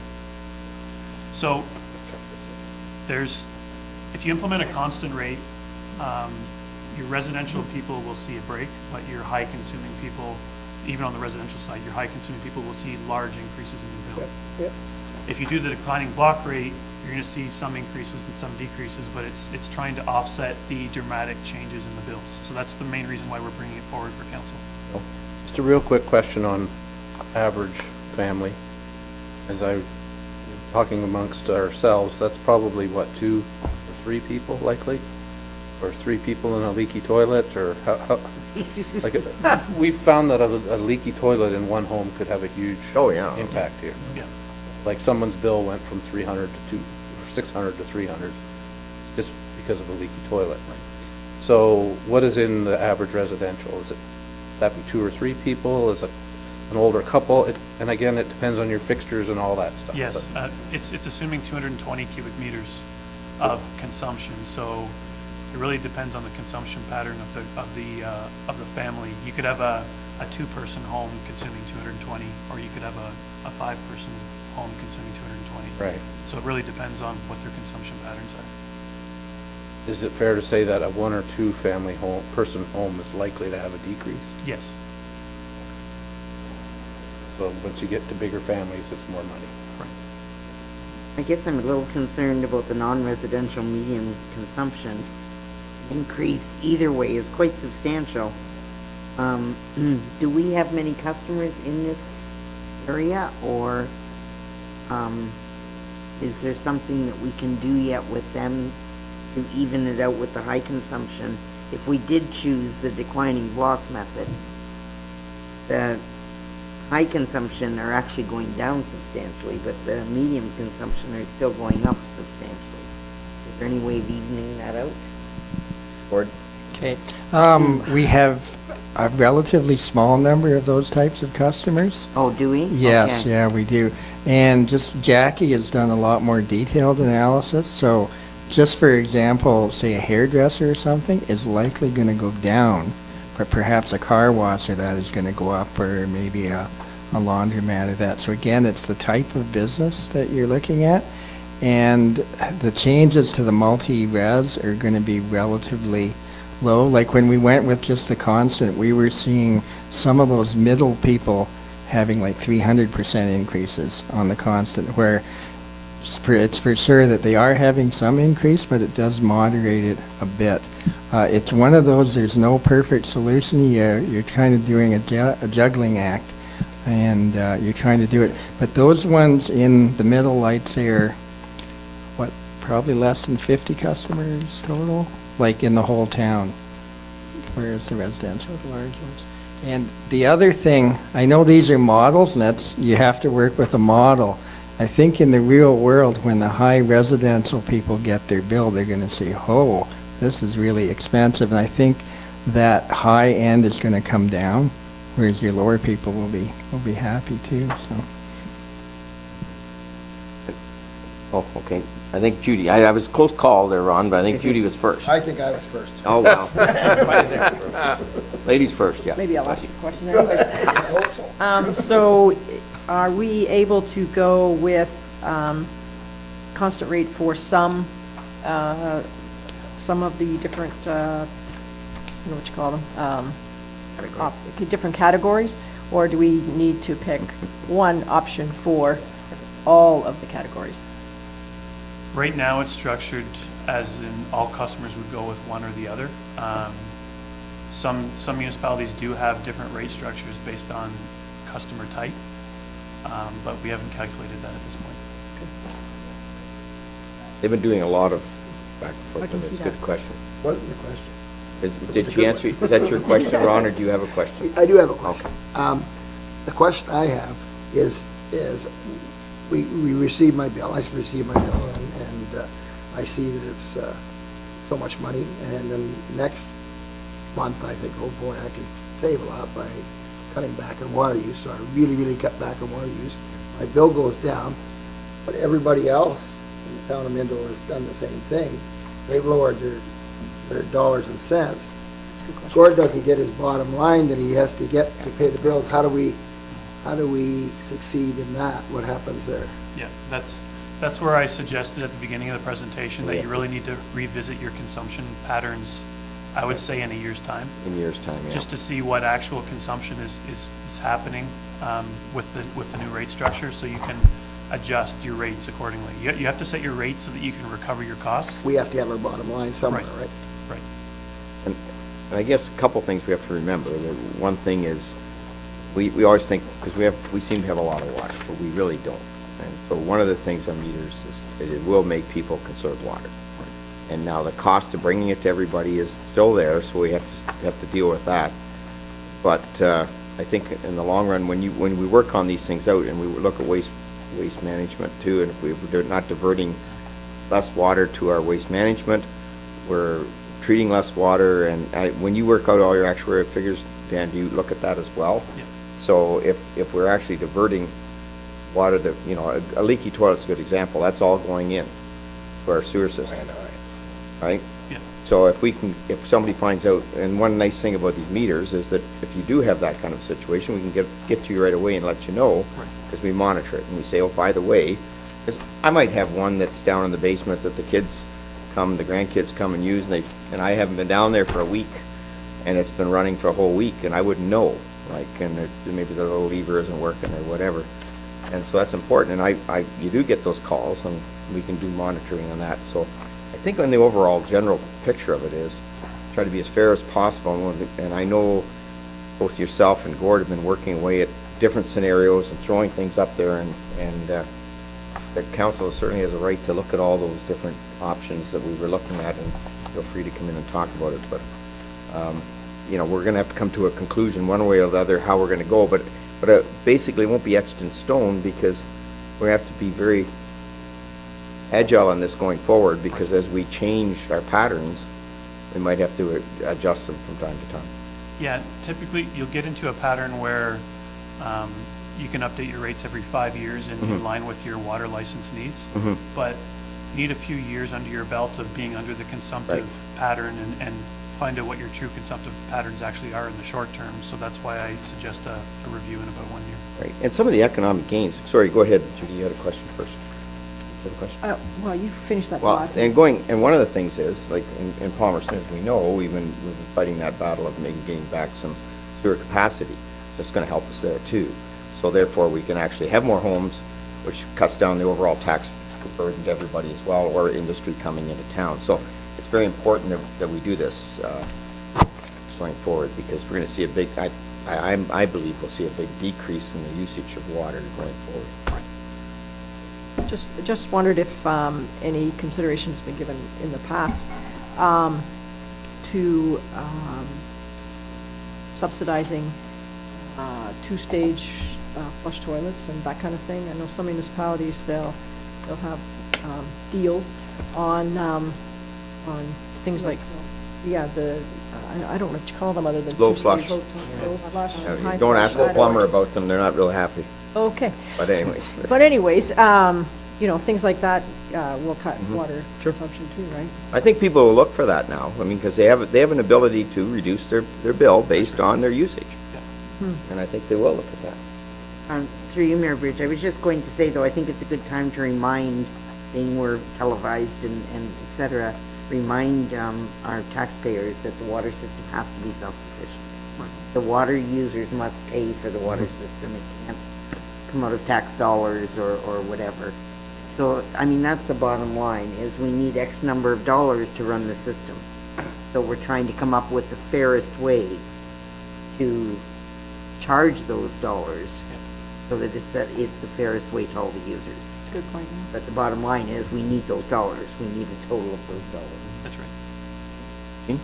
I just asked, following up on the middle users, what about the high users? How many of those are in between? Because I'm just thinking, if people are taught, and we do have to pay for the water system, and we're teaching them to conserve water, and if they're gonna see these figures, because we're all transparent, they're going, oh, great, I'm saving my water, and all my savings are going to subsidize this guy at the end, who's the high-end user, of which there's how many? Roughly. Go ahead, Bill. Go ahead.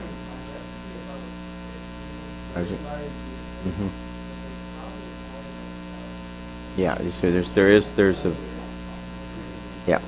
So, and in fairness, in the previous system under flat rate, they were being subsidized by all the people out there already, so it's not like it hasn't been happening. It just might be a wake-up call to people when they realize it's happening. So those are decisions this council is going to have to come up with and make and try to be as fair as possible and try to keep it there. Lots of fun. So in terms of next steps, we will have a report coming forward and be part of a public process, I believe, in June. And then council will have the ability to consider a rate structure at that point in time as part of the public process. We can have public discussion and presentation at that public meeting. And then I believe the current thought is to have a June 1st implementation for Palmerston, and then other areas July 1st, based on, I know there's delayed billings and how that works, but I believe that's the plan. And then we would prepare the financial plan required for the water license process after the fact, once the rate structure has been established. So that concludes my presentation. Thank you. Any other questions for Dan? As I say, the public's going to have an opportunity on both your presentations to have a public meeting. I would invite them all to come out. It's their world we're living in, and we certainly want their input. Thanks, Dan. Good job. Thank you. Good job.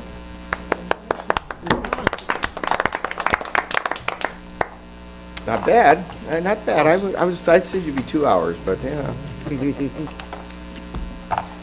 Okay, and we have another delegation, and we'll get the time to set up. And it's great to have the Saugeen Valley Conservation Authority, Wayne Woman and Steve McKay, fellow municipal councilor from Wellington North here, and looking forward to your presentation. It's been a year since you've been here, I think. Yes, almost exactly a year. And I heard something on the news today. Congratulations, you got some funding for the dam? Oh, for Lockerbie Dam? Yeah, from Bruce Power? Power. Is that the one? Yeah. Yeah. We were doing the Thank you. big check Thank you. How are you doing? transfer out there yesterday with a big Good, thanks. photograph. Well, that's great. That's great, thank you. So is this on, or? Yeah. I hope so. Yeah, it's one of Oh, those, yeah. you have to speak close to it. Yeah. Okay. Get out. You used the Thank you. term agile when you were thinking here, and as soon as, just before you said that, the term I would use would have been fluid, I think. Well, yeah, that's true. Fluid would have been a good one. Water, You're used to yes. working in water, though. Yeah. You're used to working in water. Yeah, so, that's the we're one that just- came to mind first. Big decisions. I saw this gentleman's presentation, last week I was giving my presentation to Southgate, so. Oh, yeah. I think he's a busy I'm sure he is. chap. Great. Yeah. Thanks so much. You have to read this before you start, or? No, no exams, no tests. Thank you. What happens here is I can't not possibly get out of our office without having our communications person bring me a bundle of these handouts. No, that's good. As soon as she finds out that I'm going to any council meeting or function of this nature, so. Perfect. It's good, there's some good information in there. Yep. We were going to be sending the annual report in any event. Right. And so since I was coming, I just saved a little bit of postage. and That's delivery. all right. Save the money where you can. Right. So, we're okay, we're ready to, Yep, okay? yep, Okay. you're good. Oh, I'm sorry, just a quick, are yours all right for the tape yet? Right, okay, and then we'll have it just, yeah, okay. Okay, thank you. Thank you. My name is Wayne Broman. I'm the general manager at Saugeen Valley Conservation Authority. I've been there just over 2 years now. Steve McCabe is with me. I think you know Yes. him. He's one of our valued directors. He's new to the scene, so we're kind of educating him as we go. But he's learning tonight He's as well, certainly eager. So we just love to have him on board. It's great. And on the forestry committee. Yes. Yeah. So I'm going to give just a sort of a big picture explanation of the levy. I'm not sure how many members are new. Do we have some new members? So we'll explain a little bit about the levy and a little bit of our big picture of our budget and speak a little bit about some of the initiatives that we're doing specifically in Minto. So as far as the municipal levy goes, we call it the municipal levy, and that's what we charge to the 15 member municipalities that are in our watershed. So there's 15 councils like yours that are in our watershed. Each of them gets a bill each year to support our programs. The way that's calculated, well, first of all, the levy in 2015 was $1,587,000. That's what was approved by the board, and then the budget was passed to approve the $1,587,000. Minto's share of that is $39,105, so it's 2.5% of the total budget. And it was an increase of 1.9% from the previous year. Now, the way it's calculated is each year we get a chart from the MNRF now, Ministry of Natural Resources and Forestry, that provides us with current value assessments for each municipality in our watershed. So, and it will tell us how much your share is then of the total. So your current value assessment was 2.5% of the total current value assessment in the whole watershed, and that's why your share of the levy is 2.5%. In 2015, the current value assessment in the entire watershed went up 1.2%. Your assessment went up 1.14%. So that's why when our budget went up 1.9%, your levy increase went up by the same amount because your assessment increase was the same as the average for the whole municipality. If your assessment increase went up higher, at a higher rate than the average, then your levy from us would also be at a higher rate than our budget. But the point there is, we don't control any of that. So what happens is, we control the budget, that's what we control, and our budget went up 1.9% in 2015. Some of the assessments to municipalities went up higher than 1.9%. A couple of them were at like 3 or 4, but some were less as well. But that's because the ones that were higher, their assessment base would have grown faster than the average throughout the watershed. So, but and you know, they kind of say, well, how come it's going up 3 or 4%? And I don't control that. I control the budget. When I say I, the board and I control the budget. So our budget went up this year 1.9%. Last year was 1.5, and the year before that was 2.5. So I think we've been doing a pretty good job of controlling our budget. What the levy represents is, or what the levy doesn't fund, I should say, is it doesn't fund our campgrounds, it doesn't fund anything to do with forestry, it doesn't fund any of the source water protection program that we oversee.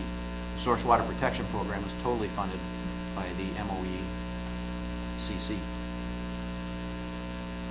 We have other sources of funding other than the levy, but the levy provides almost half of our total funding.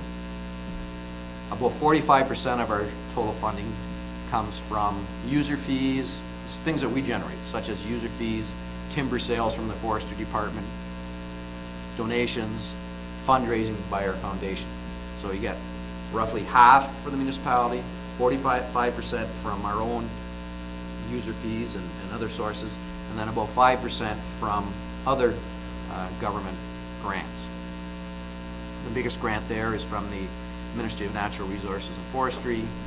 We get $157,669 from them.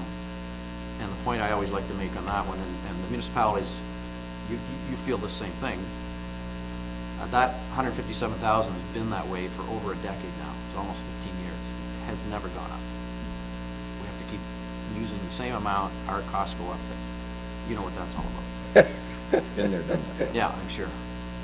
Yeah, at least, I guess we should be grateful. It hasn't been clawed back. Yeah, well, I was gonna say, at least you had clawed you back. Yeah, you've had to put up with that kind of thing. Some of the large projects that we're working on right now, that is funding, various sources of funding that are being used for, is one that you mentioned earlier, is the Lockerbie Dam removal. That's a dam on the North Saugeen, just outside of Paisley. That's a dam that we own, and we're taking that out because, well, first of all, it's aged. It's never been a flood control structure, and it impedes the fish movement, and it's not good for fish habitat. Really? And it's also a safety issue for employees putting the boards in and out. It's not a very safe working condition. So Wait, is that the one that's by the mill? Or what used to be what I would call the mill? no, there's no mill there. There's no mill anymore. No, it's in the middle of kind of, I wouldn't say nowhere, but there's no structures around it. It was used for power at one time. Long time Yeah, ago. okay. Long. It powered Paisley originally. That's right, well, that's right, I did hear that. Yeah. So would it be upstream from Paisley It or would be downstream? Upstream from Paisley. Yeah, Upstream, Just so a I- little bit upstream. Yeah, I'm not familiar with There was, at one time, there was a hamlet called Lockerbie. There's nothing, I remember that, nothing that's there right. now. A few houses. No, it's good, yeah. Yeah. So we're taking that one out. I'm back on the large projects again, and we're also helping West Gray.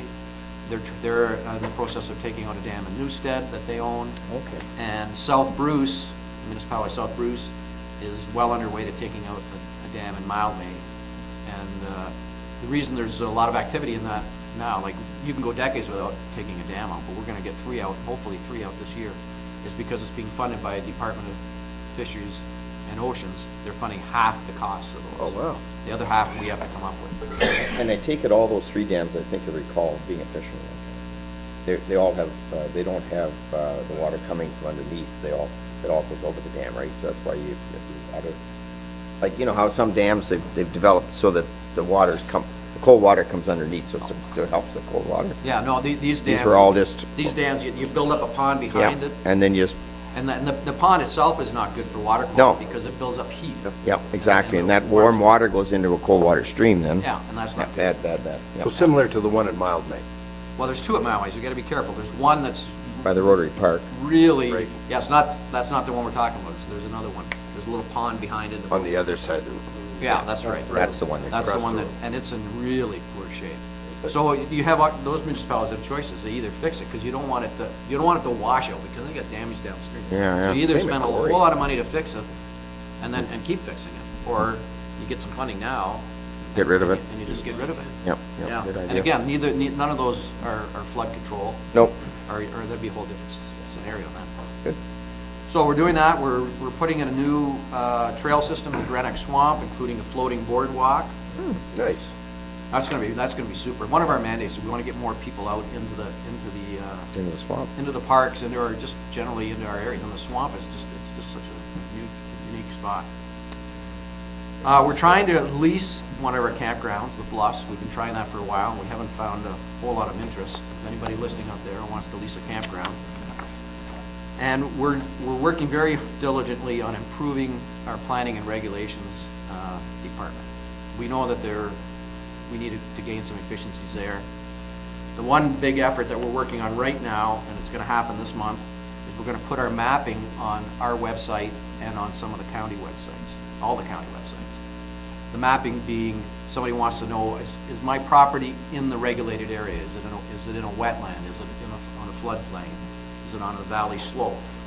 Because if it is, then they have to come to us and we have to approve whatever kind of development you're thinking of there. So if it's on the website, it'll save people having to kind of scratch their heads and wonder what's going on. We'll have a line throughout the watershed as to where our interests are. So we're going to get that on our website, mapping on our website this month. We're trying to do better file tracking in the planning department. We've invested more in staff training, and basically we need to get more efficient and quicker responses. We know that it's an issue. I'm sure people around this table have heard. Yep, it is. And we're working hard on that. It's happening. The board is doing a good job of pushing in that regard. Just to give you an idea of the size of our operation, we have 25 full-time year-round employees, 13 or 14 seasonal that we get in this time of year to help out in the campgrounds and help out with maintaining the dikes and the dams, or dikes and berms. In 2013, there were some pretty significant adjustments in our workplace. We wanted to ensure that we have a productive and efficient work environment. We had 2 manager positions that were eliminated, and we reviewed our entire personnel policy, and that resulted in an increase in the work week for all our salary employees. Their work week went to 37 and a half hours from 35. We eliminated 3 paid holidays. We reduced the number of sick days by 6, and there were a number of other tweaks. Basically, we wanted to show that we're continuously looking for improvements in our operation, and the employees had to, well, graciously took a bit of a hit back then. That was in 2013 after I came on board. As far as what's sort of happening in this municipality, both Mew Creek and South Saugeen River are in your municipality. Mew Creek is about 31 kilometers long, and South Saugeen is 97. They drain pretty large areas, so we have an interest in both of those. We also own 187 acres roughly in the Drew Bog. We don't have any flood warning gauges in your municipality, but we do snow surveys here where we go out and measure and weigh the snow so we can help determine what the flood risk is each year. We have a few of those sites here. And we have a couple of sites where we sample the water to make sure that, make sure the quality of the water. You have a watershed report card there that forms part of that. It just tells you where, we do that once every 5 years. And basically it tells you, is the forest coverage getting better? Is the water, ground and surface water improving or getting worse? And they let us try to focus on the areas where we need to focus. So we have a couple of those sites that we have in your watershed that we sample the water. We know that the Mew Creek is one of the sites where there is a species at risk, the red-side dace. Know about that one. Yeah, I imagine you've been Well, we had the culvert at Coon Creek that we had to put a whole bunch of trees in, which is fine. I've never seen the little devil, though. I'm gonna find them. They're pretty tiny. You gotta be watching for it. And quick. Yeah, and quick, yeah, exactly. And the source water protection has been pretty active over the years in your municipality. 117 projects, they tell me. And those projects would be things like erosion control, improving manure storage, plugging, decommissioning old wells, putting fencing around waterways to keep the cattle away from the waterways. 117 projects that were partially funded through source water. Just a question on, you talk about water testing and whatnot. Is there any figures to suggest that fish are increasing in numbers in the rivers? I hear positive things on brown trout. that's, they've The lake- really the lake- increased. There's a number of fishing clubs, and I know the Lake Huron Fishing Club is one, and we're working with them. In fact, they're helping us out at the Lockerbie Dam, because they recognize the importance of getting those dams out. So they're putting in a whole bunch of manpower, once the dam's out, to plant trees and shrubs around there and vegetation. So I know that they're working hard. There's a lot of clubs out there working hard, and I don't have the knowledge to say The that. figures. that, Okay. I'll let it you is know working. after the weekend, because I'm gonna be up at Camp Creek at my fishing club up there, Oh, yeah. Elm Park Yeah. Fishing Club, and we'll see if we catch any. Yeah, that's a lovely creek. Yeah, Yeah, we've done some work on that through yeah. spawning beds.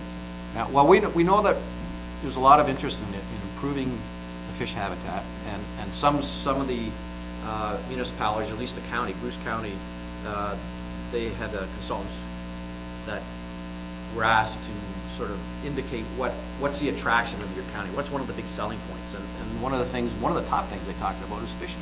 It just brings people Sure does. into the area, or keeps them in the area and brings them, so. Well, one advantage if we can do it, Wayne, is the Saugeen, we can actually breed our fish there, which unfortunately Brand, great fishery between Elora and Fergus, but they're not self-sustaining. Right. The brown, they have to stock them Yeah. all the time, talking to Trouts Unlimited and whatnot. Yeah. If we ever got the Saugeen, it's amazing fishing all the way up through the Saugeen, right into Muskie, up by Paisley Yeah, and there- everything. You yeah. know, there's just a variance of Yeah, ability. but we just really have to keep working on it. A lot of it's erosion control, a lot of it's trying to keep the runoff from the agriculture, and it's not a bad hit on them at all. It's the way it's been for a long time, but a lot of agriculture people are realizing they want to keep the soil on their fields too. They don't want it running off. Yeah, So, and we're working with trees from Minto now, and yes, through that's a big through Green Legacy as big well, and initiative. Yeah. some of the other stewardship programs that Wellington County has, which we Yeah. get into Clifford, which is part of, Yeah, keeping. and some of fencing those for are just cattle. little steps, but they start to add up. Actually, Steve, your mayor, Andy's quite interested in, he's working on that land Oh, absolutely. for a lot. Very, land stewardship is key. So that's all I had for the sort of formal part. Awesome. Certainly get any questions, I'd be more than pleased. I noticed I was pretty good at cleaning out the audience. Yeah, and that happens here. I was hoping you wouldn't notice. But you're on television. Yeah, and I'm trying to figure where the camera is. Well, We it's were. over there. It's not perfect yet. It's gonna get a little bit better. Little thing on the top of the- Yeah, but Whiteman's do pick up our feed, so, Well, that's important. It's all part of the being accessible. exactly. Transparency, for sure. Has anybody got questions for me, Steve? Appreciate the report. I want to just add the fact that the whole planning issue, I think we have to get more streamlined. And I'm liking the fact that you're talking about a mapping system. I got a planner beside me here, he doesn't ever admit to it, and he was in Grey County for many years. So the whole idea of trying to get that seamless, that somebody can know where they have to go, and That's part of it, and the other part is we're working with the two wardens from Bruce and Grey County and the two CAOs from Bruce and Grey County. Myself and my chair are working, trying to also make it so that our system is consistent with theirs, that people get the same answer with, and it's sort of the same type of, they understand the process. It's not something totally different there and totally different here, but it's a big project. well, We're talking- dial us in Wellington, because. And Wellington. Yeah, because I'm more than Wellington, but the fact is, we've got. We are Wellington. We're a small piece, but I believe Wellington North has a lot bigger piece of the Saugeen than we do. Yeah. We're more Maitland oriented, but Yeah.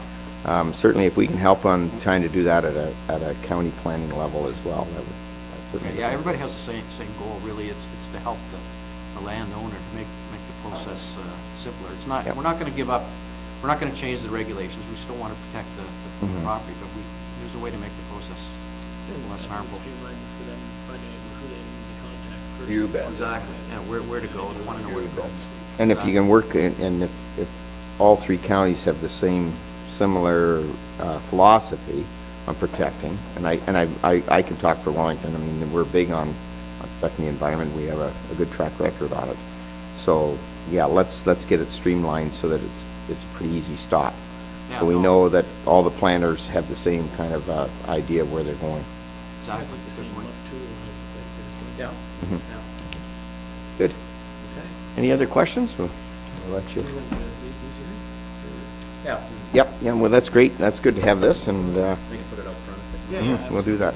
Thanks, gentlemen. Thank you for your time. Thank you for your time. Okay, we're gonna take a break because we have to check on our computer to make sure